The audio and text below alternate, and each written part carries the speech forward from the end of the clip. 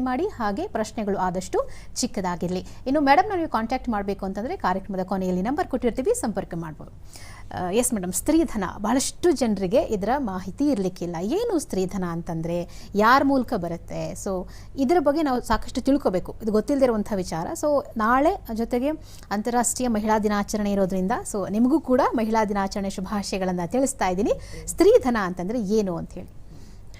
ನಾಳಿನ ಅಂತಾರಾಷ್ಟ್ರೀಯ ಮಹಿಳಾ ದಿನಾಚರಣೆಗೆ ವೀಕ್ಷಕರಿಗೆ ಶುಭಾಶಯ ಕೋರ್ತಾ ನಿಮಗೂ ಶುಭಾಶಯ ಹೇಳ್ತಾ ಇದ್ದೀನಿ. ಈ ಶುಭಾಶಯ ನಿಜಾರ್ಥದಲ್ಲಿ ಸಾಕಾರಗೊಳ್ಳಬೇಕು, ಅದು ನಿಜಕ್ಕೂ ಶುಭವಾದ ಆಶಯ ಆಗಬೇಕು ಅಂದರೆ ಪ್ರತಿ ಹೆಣ್ಣು ಮಗಳು, ಪ್ರತಿ ಹೆಂಗಸು, ಪ್ರತಿ ಮಹಿಳೆಯು ಆರ್ಥಿಕವಾಗಿ ಸದೃಢಳಾಗಿ ತನ್ನ ಕಾಲ ಮೇಲೆ ತಾನು ನಿಂತ್ಕೊಳ್ಬೇಕು. ಆಗ ನಿಜವಾಗ್ಲೂ ಮಹಿಳಾ ದಿನಾಚರಣೆಗೆ ಒಂದು ಅರ್ಥ ಬರುತ್ತೆ. ಈ ಅರ್ಥದ ಹಿನ್ನೆಲೆಯಲ್ಲಿ ಸ್ತ್ರೀಧನ ಕೂಡ ಅವಳನ್ನು ಆರ್ಥಿಕವಾಗಿ ಸದೃಢಳನ್ನಾಗಿ ಮಾಡುವ ಒಂದು ಪರಿಕಲ್ಪನೆ.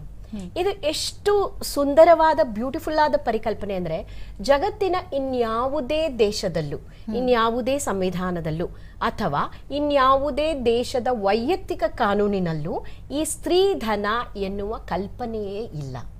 ಇದು ಭಾರತ ದೇಶದ ನೆಲದಲ್ಲಿನ ಹಿಂದೂ ಸಂಪ್ರದಾಯವನ್ನು ಯಾರು ಅನುಸರಿಸ್ತಿದ್ದಾರೋ ಅಂಥವರಿಗೆ ಅಪ್ಲೈ ಆಗುವಂತಹ ಒಂದು ಪರಿಕಲ್ಪನೆ. ಇದನ್ನು ಹಿಂದೂ ಸಂಪ್ರದಾಯದವರಿಗೆ, ಹಿಂದೂ ಧರ್ಮೀಯರಿಗೆ ಆಸ್ತಿಯ ಹಕ್ಕು ಕಾನೂನು ಏನೇನಿದೆ ಆ ಕಾನೂನುಗಳಲ್ಲಿ ಮೆನ್ಷನ್ ಆಗಿರುವಂತಹ, ಆ ಕಾನೂನಿನಲ್ಲಿ ಕಾನೂನು ತಜ್ಞರು ಮತ್ತು ಕಾನೂನು ತುಂಬ ಸ್ಪಷ್ಟವಾಗಿ ಖಚಿತವಾಗಿ ಹೇಳ್ತಕ್ಕಂತಹ ಒಂದು ಪರಿಕಲ್ಪನೆ ಸ್ತ್ರೀಧನ. ಇದರ ವ್ಯಾಖ್ಯಾನ ನೋಡಿದ ತಕ್ಷಣ ನಮಗೆ ಸ್ತ್ರೀ ಮಹಿಳೆ, ಧನ ಅಂದ ತಕ್ಷಣ ಹಣ. ಆದರೆ ಈ ಧನ ಅನ್ನುವುದಕ್ಕೆ ಎಷ್ಟೊಂದು ವಿಸ್ತಾರವಾದ ಒಂದು ಅರ್ಥವನ್ನು ಕೊಟ್ಟು ಈ ಕಾನೂನು ಮಾಡಿದ್ದಾರೆ ಅಂದರೆ, ಮದುವೆಯ ಸಂದರ್ಭದಲ್ಲಿ ಅಥವಾ ಮತ್ತು ಮದುವೆಯಾದ ನಂತರದ ಮದುವೆಗೆ ಸಂಬಂಧಪಟ್ಟ ಏನೇನು ಸಂದರ್ಭಗಳು ಇರುತ್ತೆ ಅಂದ್ರೆ, ಈಗ ಕೆಲವು ಸಂಪ್ರದಾಯದ ಪ್ರಕಾರ ಮದುವೆ ಇವತ್ತಾಗಿರುತ್ತೆ, ಆದ್ರೆ ಹೆಣ್ಣನ್ನ ಗಂಡಿನ ಮನೆಗೆ ಕರ್ಕೊಂಡು ಹೋಗೋದು 15 ದಿನ ಬಿಟ್ಟಿರುತ್ತೆ. ಅವತ್ತು ಅವ್ರ ಮನೇಲಿ ಏನೋ ಒಂದು ಫಂಕ್ಷನ್ ಇಟ್ಕೊಳ್ತಾರೆ. ಅಥವಾ ನಮ್ಮಲ್ಲಿ ದಾಂಪತ್ಯ ಜೀವನ ಮಾಡೋದಕ್ಕೆ ಅಂತಾನೆ 3 ತಿಂಗಳು ಸಮಯ ಕೊಟ್ಟು, ಅಂದ್ರೆ ತುಂಬಾ ಆಡು ಭಾಷೆಯಲ್ಲಿ ನಾವು ಗಂಡ ಹೆಂಡತಿ ಕೂಡುವುದನ್ನ 3 ತಿಂಗಳು ಕೆಲವರು ಬಿಟ್ಟು ಮಾಡ್ತಾರೆ, ಇಲ್ಲ 6 ತಿಂಗಳು ಬಿಟ್ಟು ಮಾಡ್ತಾರೆ. ಅದು ಮಾಡ್ತಾರಲ್ಲ, ಆ ಒಂದು ಕಾರ್ಯಕ್ರಮ ಕೂಡ ಈ ಸ್ತ್ರೀಧನದ ವ್ಯಾಖ್ಯಾನದಲ್ಲಿ ಬರುತ್ತೆ. ಆ ಸಂದರ್ಭ, ಮದುವೆ ಸಂದರ್ಭ ಒಂದಕ್ಕೊಂದು ಲಿಂಕ್ ಆಗ್ತಾ ಹೇಗೆ ಹೋಗುತ್ತೇನಕ್ಕೆ, ಮದುವೆ ನಂತರ ಮನೆ ತುಂಬಿಸ್ಕೊಳ್ಳೋದಿರಬಹುದು, ಅಥವಾ ದಾಂಪತ್ಯ ಜೀವನ ಶುರು ಮಾಡೋದಿರಬಹುದು, ನಂತರ ಸೀಮಂತ ಮಾಡುವುದಿರಬಹುದು. ಕೆಲವು ಕಡೆ 2-3 ಸೀಮಂತಗಳನ್ನ ಮಾಡ್ತಾರೆ, 3ನೇ ತಿಂಗಳು, 5ನೇ ತಿಂಗಳು, 9ನೇ ತಿಂಗಳು ಅಂತ. ಕೆಲವು ಕಡೆ 7ನೇ ತಿಂಗಳು, ಆತರ ಏನೇನೋ ಮಾಡ್ತಾರಲ್ಲ ಸೀಮಂತ ಮಾಡುವುದು. ಮತ್ತು ಮಗು ಹುಟ್ಟಿದಾಗ ಮಗುವಿಗೆ ನಾಮಕರಣ ಮಾಡುವಾಗ ತಾಯಿಗೆ ಕೊಡುವಂತಹ ಏನಾದ್ರೂ ಉಡುಗೊರೆಗಳಿದ್ರೆ ಅದು. ಹೀಗೆ ಎಲ್ಲ ಸಂದರ್ಭದಲ್ಲಿ ಒಂದಕ್ಕೊಂದು ಕೊಂಡಿಯ ಹಾಗೆ ಸೇರ್ಕೊಂಡು ಇದನ್ನ ಸಂದರ್ಭ ಹೇಳುತ್ತೆ ಈ ಸ್ತ್ರೀಧನದ ವ್ಯಾಖ್ಯಾನ. ಏನು ಧನ ಅಂದ್ರೆ ಏನು? ಸಂದರ್ಭ ಹೇಳಾಯ್ತು, ಯಾಕೆಂದ್ರೆ ಬೇರೆ ಆಸ್ತಿಗಳಿಗೆ ಸಂದರ್ಭ ಇರೋದಿಲ್ಲ. ಈ ಆಸ್ತಿಯ ವಿಶೇಷತೆ ಅಂದ್ರೆ ಸಂದರ್ಭ, ಮದುವೆಗೆ ಸಂಬಂಧಪಟ್ಟ ಎಲ್ಲ ಸಂದರ್ಭಗಳು. ಹಾಗಾದ್ರೆ ಯಾವ ಆಸ್ತಿ ಈ ಸಂದರ್ಭದಲ್ಲಿ ಸ್ತ್ರೀಧನ ಅನ್ನಿಸ್ಕೊಳ್ಳುತ್ತೆ? ಈಗ ನಾ ಹೇಳಿದ ಎಲ್ಲ ಸಂದರ್ಭಗಳಲ್ಲಿ ಒಬ್ಬ ಮಹಿಳೆಗೆ ಏನೊಂದು ಉಡುಗೊರೆಯನ್ನು ಕೊಟ್ಟರು, ಅದು ಚರಾಸ್ತಿ ಇರಬಹುದು, ಸ್ಥಿರಾಸ್ತಿ ಇರಬಹುದು. ಅಂದ್ರೆ ಸ್ಥಿರಾಸ್ತಿ ಅಂದ್ರೆ, ಈಗ ಕೆಲವು ಕಡೆ ಅರ್ಶನ ಕುಂಕುಮಕ್ಕೆ ಅಂತ ಹೇಳಿ 1 ಕುಂಟೆ 2 ಕುಂಟೆ ಜಮೀನು ಕೊಡ್ತಾರೆ, 1 ಎಕರೆ, ಸಿರಿವಂತರು ಎಕರೆಗಟ್ಟಲೆ ಜಮೀನು ಕೊಡ್ತಾರೆ, ಮನೆ ಕೊಡ್ತಾರೆ. ಚರಾಸ್ತಿಯಲ್ಲಿ ಕೆಲವು ಕಡೆ ಒಡವೆಗಳು ಕೊಡ್ತಾರೆ, ಗಾಡಿಗಳನ್ನು ಕೊಡ್ತಾರೆ, ಕಾರು, ಸ್ಕೂಟ್ರು ಈ ಥರ ಎಲ್ಲ ಮಹಿಳೆಗೆ ಕೊಡ್ತಾರೆ. ಮತ್ತು ಕೆಲವು ಸಂಪ್ರದಾಯಗಳಲ್ಲಿ ಇದು ಬಹಳ ಹೌದಾ ಅನ್ನುವಂಥ ಆಶ್ಚರ್ಯವಾದ ವಿಷಯ. ಅಂದ್ರೆ ನಮ್ಮ ಕರ್ನಾಟಕದ್ದೇ ಕೆಲವು ಸಂಪ್ರದಾಯಗಳಲ್ಲಿ ಮದುವೆ ಆಗುವಾಗ ಹೆಣ್ಣು ಮಗಳಿಗೆ, ಈ ಕಡೆ ನಾವು ಮೈಸೂರು ಬೆಂಗಳೂರು ಕಡೆ ಎಲ್ಲ ಬಿಡದಿ ಮನೆ ಅಂತೀವಿ, ಬೇರೆ ಬೇರೆ ಊರಿನಲ್ಲಿ ಬೇರೆ ಬೇರೆ ರೀತಿಯಾಗಿ ಹೇಳ್ತಾರೆ. ಹೆಣ್ಣು ಮಗಳಿಗೆ ಕಂಪಲ್ಸರಿ ಸ್ಟೀಲ್ ಪಾತ್ರೆಗಳನ್ನು ಕೊಡ್ತಾರೆ. ಹೌದು. ಆ ಸ್ಟೀಲ್ ಪಾತ್ರೆಯೂ ಸಹ ಸ್ತ್ರೀಧನದ ವ್ಯಾಖ್ಯಾನದಲ್ಲಿ ಅಂದ್ರೆ ಅದು ಅವಳ ಪರಿಪೂರ್ಣ ಆಸ್ತಿ ಆಗತ್ತೆ. ನೀವು ಆ ಸಂದರ್ಭದಲ್ಲಿ ಏನೇ ಕೊಟ್ಟಿರಿ, ಒಂದು ಹೈ ಹಿಲ್ಡ್ ಚಪ್ಪಲಿಯನ್ನ ಒಂದು ಉಡುಗೊರೆಯಾಗಿ ಕೊಡ್ತೀರಾ ಅಂತ ಇಟ್ಕೊಳ್ಳಿ, ಅಥವಾ ಒಂದು ದೊಡ್ಡ 4,000 ರೂಪಾಯಿ ಒಂದು ಮೇಕಪ್ ಸೆಟ್ ಕೊಡ್ತೀರಾ, ಅಥವಾ 8 ಸೀರೆಗಳನ್ನ ಕೊಡ್ತೀರಾ. ಹೀಗೆ ಆ ಮದುವೆಗೆ ಸಂಬಂಧಪಟ್ಟಂತಹ ನಾ ಹೇಳಿದ್ನಲ್ಲ, ಆ ಎಲ್ಲ ಸಂದರ್ಭಗಳಲ್ಲಿ ಏನೊಂದು ಮಟೀರಿಯಲ್ನ ಏನೊಂದು ವಸ್ತುವನ್ನು ನೀವು ಮಹಿಳೆಗೆ ಕೊಡುತ್ತೀರೋ ಅದೆಲ್ಲವೂ ಸ್ತ್ರೀಧನ ಆಗತ್ತೆ. Okay, ಮತ್ತು ತುಂಬಾ ಇಂಟ್ರೆಸ್ಟಿಂಗ್ ಅಂದ್ರೆ ಯಾರು ಕೊಡೋದು? ಯಾರು ಕೊಡೋದು? ತಂದೆ ತಾಯಿ ಕೊಡ್ತಾರೆ, ಅದು ಎಲ್ಲರಿಗೂ ಗೊತ್ತಿದೆ. ಅಕ್ಕ ತಂಗಿ, ಹುಡುಗಿಯ ಅಕ್ಕ ತಂಗಿ ಅಣ್ಣ ತಮ್ಮಂದ್ರು ಕೊಡ್ತಾರೆ, ಗೊತ್ತಿದೆ. ಹುಡುಗಿಯರ ಗೆಳತಿಯರು, ಸ್ನೇಹಿತೆಯರು, ಅವಳು ಓದ್ತಾ ಇದ್ದಿದ್ದ ಕಾಲೇಜಿನ ಟೀಚರ್ಸು, ಸ್ಕೂಲ್ ಟೀಚರ್ಸು, ಬಂಧುಗಳು ಎಲ್ಲರೂ ಕೊಡ್ತಾರೆ ಅಲ್ವಾ. ನಮ್ಮ ಹುಡುಗಿ ಮದ್ವೆ ನಾವು ಕೊಟ್ವಿ, ಸೊ ಇದು ಮಾತ್ರ ಸ್ತ್ರೀಧನನ ಅಲ್ಲ. ನನ್ನ ಮದುವೆಯ ಸಂದರ್ಭದಲ್ಲಿ ನನ್ನ ಮದುವೆಯಾದ ಗಂಡಿನ ಸ್ನೇಹಿತರೊಬ್ರು ನನಗೆ ಒಂದು 5,000 ರೂಪಾಯಿ, ಒಂದು 10,000 ರೂಪಾಯಿ ಬೆಲೆ ಬಾಳುವ ಚಿನ್ನದ ಏನೋ ಒಂದು ಉಂಗುರವನ್ನು ಒಡವೆಯನ್ನು ಕೊಟ್ರು ಅನ್ನಿ, ಅದು ನನ್ನ ಸ್ತ್ರೀಧನವೇ ಹೌದು. ಅದನ್ನ ನಂತರದ ದಿನಗಳಲ್ಲಿ ಏನೋ ದುರದೃಷ್ಟವಶಾತ್ ಆ ಮದುವೆ ಮುರಿದು ಬಿತ್ತು ಅನ್ನೋ ಸಂದರ್ಭದಲ್ಲಿ ಹುಡುಗ ಆಗಲಿ ಹುಡುಗನ ಮನೆಯವರಾಗ್ಲಿ ಕೇಳೋ ಹಾಗಿಲ್ಲ. ಮತ್ತೆ ಇನ್ನೂ ಒಂದು ಎಷ್ಟು ಚೆನ್ನಾಗಿದೆ ಈ ವಿಷಯ ಅಂದ್ರೆ, ಸಾಧಾರಣವಾಗಿ ಏನಾಗುತ್ತೆ ಅಂದ್ರೆ ಮದುವೆ ಆದ ತಕ್ಷಣ ನಮ್ಮ ಎಲ್ಲ ಒಡವೆ ವಸ್ತುಗಳನ್ನ ಅತ್ತೆ ಇಟ್ಕೊಳ್ಳೋ ಅಂತ ರೂಢಿ ಇರುತ್ತೆ. ಅದು ವಿದ್ಯಾವಂತರ ಮನೆಯಲ್ಲೂ ನಡೀತಾ ಇದೆ. ಒಂದು ಸೊಸೆಯ ಉತ್ಸಾಹದಲ್ಲಿ ಅತ್ತೆ ನೀವೆಲ್ಲ ಸೇಫ್ ಆಗಿ ಇಟ್ಕೊಂಡಿರಿ ಅಂತ ಕೊಟ್ಟಿರ್ತಾಳೆ, ಇಲ್ಲ ಅತ್ತೆ ನಿಂಗೆ ಏನು ಗೊತ್ತಾಗಲ್ಲಮ್ಮ ನಾ ಎಲ್ಲ ಸೇಫ್ ಆಗಿ ಇಟ್ಕೊಂಡಿರ್ತೀನಿ. ಆಮೇಲೆ ಏನಾಗುತ್ತೆ, ಗಂಡ ಹೆಂಡತಿ ಚೆನ್ನಾಗಿದ್ರು ಅತ್ತೆ ಆ ಸಾಮಾನುಗಳನ್ನ ಸೊಸೆಗೆ ಬಳಸ್ಲಿಕ್ಕೆ ಕೊಡ್ತಾ ಇರಲ್ಲ. ತನ್ನ ಮಕ್ಕಳಿಗೆ ಅದನ್ನ ಕೊಟ್ಟು ಬಿಡೋದು ಅಥವಾ ತನ್ನ ಲಾಕರ್ನಲ್ಲಿ ಇಟ್ಟು ಭದ್ರ ಮಾಡಿರೋದು ಮಾಡ್ತಾಳೆ. ಆದ್ರೆ ಸ್ತ್ರೀಧನವನ್ನ ಹೀಗೆ ಮಾಡ್ಲಿಕ್ಕೆ ಸಾಧ್ಯವೇ ಇಲ್ಲ. ಇದಿಷ್ಟುವೇ ಆ ಮದುವೆಯಾದ ಮಹಿಳೆಯ ಸುಪರ್ದಿಗೆ ಬರ್ತಕ್ಕಂತಹ ವಿಷಯ. ಓಕೆ ಮೇಡಮ್, ಈಗ ಸ್ತ್ರೀಧನ ಅನ್ನುವ ಪರಿಕಲ್ಪನೆ ಬಗ್ಗೆ ಹೇಳಿದ್ರಿ. ಈ ಸ್ತ್ರೀಧನ ಅನ್ನುವಂಥದ್ದು ಒಂದು ಹಕ್ಕ ಅನ್ನೋದು ಬಹಳ ದೊಡ್ಡ ಪ್ರಶ್ನೆಯಾಗಿ ಬರುತ್ತೆ. ಯಾಕೆಂದ್ರೆ ಕೊಡೋದು ಓಕೆ, ನಾವು ಅದನ್ನ ರಿಟರ್ನ್ ಕೊಡದೇ ಇರ್ಬೋದು ಅಥವಾ ನಮ್ಮ ಹತ್ರನೇ ಇಟ್ಕೊಳ್ಬಹುದು, ಬಟ್ ನಮ್ಮ ಹತ್ರ ಇಟ್ಕೊಳ್ಳೇಬೇಕು ಅನ್ನೋದಕ್ಕೆ ಅದು ರೈಟ್ಸ್ ಇದೆಯಾ ಅನ್ನೋದು ನಾವು ತಿಳ್ಕೊಬೇಕು. ಅಬ್ಸಲ್ಯೂಟ್ಲಿ.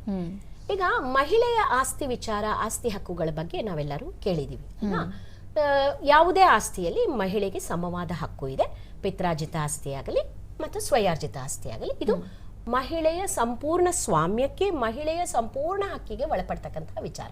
ಓಕೆ, ಅಂದಮೇಲೆ ಸ್ತ್ರೀಧನ ಆಟೋಮೆಟಿಕ್ ಆಗಿ ಯಾರು ಕೇಳುವುದೇ ಬೇಡ. ನನ್ನ ಮೂಲಭೂತ ಆಸ್ತಿ ಹೊಂದುವ ಹಕ್ಕು ಏನಿದೆ ಆ ಹಕ್ಕಿನಲ್ಲಿ ಈ ಸ್ತ್ರೀಧನ ಆಟೋಮೆಟಿಕ್ ಆಗಿ ಸೇರುತ್ತೆ. ಆದರೆ ವಿಭಾಗವಾಗುವಾಗ ಮಾತ್ರ ಸ್ತ್ರೀಧನದ ಬಗ್ಗೆ ಬೇರೆದೇ ರೀತಿಯಾದಂತಹ ಸ್ಟೆಪ್ಸ್ ಗಳನ್ನ ತಗೊಂಡು ವಿಭಾಗ ಮಾಡಲಾಗುತ್ತೆ. ಓಕೆ ಮೇಡಮ್, ಈಗ ನೀವು ಹೇಳಿದ್ರೆ ಮಹಿಳೆಯರಿಗೆ ಒಂದು ಆಸ್ತಿ ವಿಭಾಗ ಮಾಡ್ತಾರೆ, ಸೊ ಅದು ಮತ್ತೆ ಪ್ಲಸ್ ಸ್ತ್ರೀಧನ ಎರಡಕ್ಕೂ ಏನು ವ್ಯತ್ಯಾಸ? ಈಗ ಮಹಿಳೆಯರಿಗೆ ಆಸ್ತಿ ಹಕ್ಕು ಇದೆ, ತಂದೆ ತಾಯಿಯಿಂದ ಬರುವಂತಹ ಆಸ್ತಿ ಆಗಿರ್ಬೋದು ಅಥವಾ ಗಂಡನಿಂದ ಬರುವ ಆಸ್ತಿ ಆಗಿರ್ಬೋದು, ಇದು ಆಸ್ತಿಗೆ ಸಂಬಂಧಪಟ್ಟಂತ ಹಕ್ಕಾಗುತ್ತೆ. ಸ್ತ್ರೀಧನಕ್ಕೂ ಇದಕ್ಕೂ ಏನು ವ್ಯತ್ಯಾಸ ಅಂತ ಹೇಳಿ? ಸ್ತ್ರೀಧನ ನಾನು ಆಗ್ಲೇ ಹೇಳಿದ ಹಾಗೆ ಸಂದರ್ಭಕ್ಕೆ ತಕ್ಕಂತೆ ಮದುವೆ ಮತ್ತು ಮದುವೆಗೆ ಕೊಂಡಿಯಾಗಿ ಇರ್ತಕ್ಕಂತಹ ಸಾಂಪ್ರದಾಯಿಕ ಸಂದರ್ಭದಲ್ಲಿ ನಮಗೆ ಉಡುಗೊರೆಯಾಗಿ ಸಿಗುವಂಥದ್ದು ಎಲ್ಲವೂ ಸ್ತ್ರೀಧನ. ಸ್ವಯಾರ್ಜಿತ ಅಂದ್ರೆ ಏನು? ನಾನು ಕೆಲಸದಿಂದ ಸಂಪಾದನೆ ಮಾಡಿರಬಹುದು, ಅಥವಾ ನನಗೆ ಕೋರ್ಟ್ ಮೂಲಕ ಯಾವುದೋ ಆಸ್ತಿ ವ್ಯಾಜ್ಯದಲ್ಲಿ ನನ್ನ ಪಾಲಿಗೆ ಆಸ್ತಿ ಬಂದಿರಬಹುದು, ಅಥವಾ ನಮ್ಮ ಕುಟುಂಬದಲ್ಲಿ ಗಂಡನ ಕುಟುಂಬದಲ್ಲಿರಲಿ ಅಥವಾ ತಂದೆಯ ಕುಟುಂಬದಲ್ಲಿರಲಿ ಪಿತ್ರಾರ್ಜಿತ ಆಸ್ತಿಯನ್ನು ಪಾಲು ಮಾಡಿಕೊಂಡಾಗ ಆ ಪಾಲಿನಲ್ಲಿ ನನಗೆ ಬಂದಿರತಕ್ಕಂತಹ ಆಸ್ತಿ, ಇವುಗಳೆಲ್ಲ ಸ್ವಯಾರ್ಜಿತ. ಮತ್ತು ನಾನೇ ಸಂಪಾದನೆ ಮಾಡಿಕೊಂಡು, ಈಗ ನಾನು ಒಂದು ಕಡೆ ಕೆಲಸಕ್ಕೆ ಸೇರಿರ್ತೀನಿ, ಒಂದು 5 ವರ್ಷ ದುಡಿತೀನಿ, ನನ್ನ ಹತ್ರ ಒಂದು 10 ಲಕ್ಷ ರೂಪಾಯಿ ಸೇವಿಂಗ್ಸ್ ಆಗುತ್ತೆ. ಆ 10 ಲಕ್ಷ ರೂಪಾಯಿಯಲ್ಲಿ ನಾನು ಒಂದು ಮಳಿಗೆ ಕಟ್ಟಿಸಿ ಬಾಡಿಗೆಗೆ ಕೊಡ್ತೀನಿ, ಬಾಡಿಗೆ ಪಡಿತಾ ಇರ್ತೀನಿ, ಅದು ನನ್ನ ಸ್ವಯಾರ್ಜಿತ ಆಸ್ತಿ, ಅದು ನನ್ನ ಸ್ತ್ರೀಧನ ಅಲ್ಲ. ಅದೇ ನೋಡಿ, ಸ್ತ್ರೀಧನದಲ್ಲಿ ನನಗೆ ನನ್ನ ಸೋದರ ಮಾವ ನನ್ನ ಮಗುವಿಗೆ ನಾಮಕರಣದ ಸಂದರ್ಭದಲ್ಲಿ ನನ್ನ ಸೋದರ ಮಾವ ನನಗೆ 1 ಎಕರೆ ಜಮೀನು ಕೊಟ್ರು, ಉಡುಗೊರೆ ಕೊಟ್ರು. ಆ ಜಮೀನನ್ನ ನಾನು ಮಾರಿ ಒಂದು 5 ಲಕ್ಷ ರೂಪಾಯಿ ಮಾಡಿಕೊಂಡು ಆ 5 ಲಕ್ಷವನ್ನ ನಾನು ಒಂದು ವ್ಯಾಪಾರಕ್ಕೆ ವಿನಿಯೋಗಿಸ್ತೀನಿ. ಆ ವ್ಯಾಪಾರದಿಂದ ಬರ್ತಕ್ಕಂಥ ಲಾಭ ಇದೆಯಲ್ಲ, ಅದು ನನ್ನ ಸ್ತ್ರೀಧನ. ಇದು ಒಬ್ರು ಕಾಲರ್ ಇದ್ದಾರೆ, ಮನೋಹರ್ ಅಂತ ಹೇಳಿ ಕರೆ ಮಾಡಿದ್ದಾರೆ. ನಮಸ್ತೆ ಮನೋಹರ್ ಅವರೇ, ಹೇಳಿ ಸರ್, ಏನ್ ಪ್ರಶ್ನೆ ಇದೆ? ಏನಂದ್ರೆ ಈಗ ತವ್ರ ಮನೆಯಲ್ಲಿ ಜಮೀನ ಮಗಳಿಗೆ ತಂದೆ ಆದವರು ದಾನ ಕೊಟ್ಟಿರ್ತಾರೆ, ಅದನ್ನ ಸುಮಾರು ವರ್ಷದವರೆಗೂ ಎಲ್ಲ ಚೆನ್ನಾಗೇ ಇರ್ತಾರೆ ಅನ್ಕೊಳ್ಳಿ. ಅಟ್ ಎ ಟೈಮ್ ಏನೋ ಒಂದು ಪ್ರಾಬ್ಲಮ್ ಆದಾಗ ತಂದೆ ಮಗಳ ಮೇಲೆ ಕೇಸ್ ಹಾಕ್ಬೋದಾ? ಜಮೀನ್ ಮತ್ತೆ ತಂದೆ ವಾಪಸ್ ತಗೊಳಕ್ಕೆ ಸಾಧ್ಯತೆ ಇದೆಯೋ ಇಲ್ವೋ? ಓಕೆ, ನಿಮ್ಮ ಪ್ರಶ್ನೆಗೆ ಉತ್ತರ ಕೊಡ್ತಾರೆ, ಕೇಳಿಸ್ಕೊಳ್ಳಿ ಸರ್. ನೋಡಿ, ಮೊದಲು ಏನಾಗೋದು ಅಂದ್ರೆ ಗಿಫ್ಟ್ ಒಂದ್ಸಲಿ ಕೊಟ್ಬಿಟ್ಟ ಮೇಲೆ ಯಾವುದೇ ಕಾರಣಕ್ಕೂ ಅದನ್ನ ಹಿಂದೆ ಪಡೆಯೋ ಹಾಗಿಲ್ಲ. ಗಿಫ್ಟ್ ಡೀಡ್ ಉಡುಗೊರೆಯ ಆಸ್ತಿಯನ್ನ ನಾವು ಸಬ್ ರಿಜಿಸ್ಟ್ರಾರ್ ಆಫೀಸ್ನಲ್ಲಿ ಒಮ್ಮೆ ದಾಖಲಿಸಿ ಬಿಟ್ರೆ ನಾವು ಯಾವುದೇ ಕಾರಣಕ್ಕೂ ಅದನ್ನ ಹಿಂದಿರುಗಿ ಪಡೆಯುವ ಹಾಗಿಲ್ಲ ಅಂತ ಕಾನೂನಿತ್ತು. ಆದರೆ ಈಗ ಏನಾಗಿದೆ ಅಂದ್ರೆ ಹಿರಿಯ ನಾಗರಿಕರನ್ನ ಸಂರಕ್ಷಿಸುವಂತಹ ಕಾನೂನು ನಮ್ಮಲ್ಲಿ ಜಾರಿಗೆ ಬಂದ ನಂತರ ಮಕ್ಕಳಿಗೆ ಯಾವುದೇ ಕಾರಣಕ್ಕೆ ನಾವು ಗಿಫ್ಟ್ ಮಾಡಿದ್ರೆ, ಅದು ಮಗಳಿರ್ಬೋದು, ಮಗ ಇರಬಹುದು, ಸೊಸೆ ಇರಬಹುದು, ಮೊಮ್ಮಗಳು ಇರಬಹುದು, ನಮ್ಮ ಯಾರಿಗೆ ನಾವು ಗಿಫ್ಟ್ ಮಾಡಿದರೆ ಅವರು ನಮ್ಮನ್ನು ಕನಿಷ್ಠ ಮಟ್ಟದ ಘನತೆಯುತ ಬಾಳ್ವೆಯನ್ನು ಹೊಂದೋದ್ರಿಂದ ನಮ್ಮನ್ನು ದೂರ ಮಾಡಿದ್ರೆ, ಅಂದ್ರೆ ನಮಗೆ ಅವಮಾನ ಮಾಡೋದು, ನಮಗೆ ಬದುಕಲು ಸಾಧ್ಯವಾಗದಂತಹ ಪರಿಸ್ಥಿತಿಯನ್ನು ಒಡ್ಡಿದರೆ ಖಂಡಿತವಾಗ್ಲೂ ನಾವು ಕೊಟ್ಟಿರ್ತಕ್ಕಂತಹ ಗಿಫ್ಟ್ ಅನ್ನ ಹಿಂದಿರುಗಿ ಪಡೆಯುವ ಒಂದು ಪ್ರಾವಿಷನ್ ಹಿರಿಯ ನಾಗರಿಕರ ಸಂರಕ್ಷಣಾ ಕಾಯ್ದೆಯಲ್ಲಿ ಇದೆ.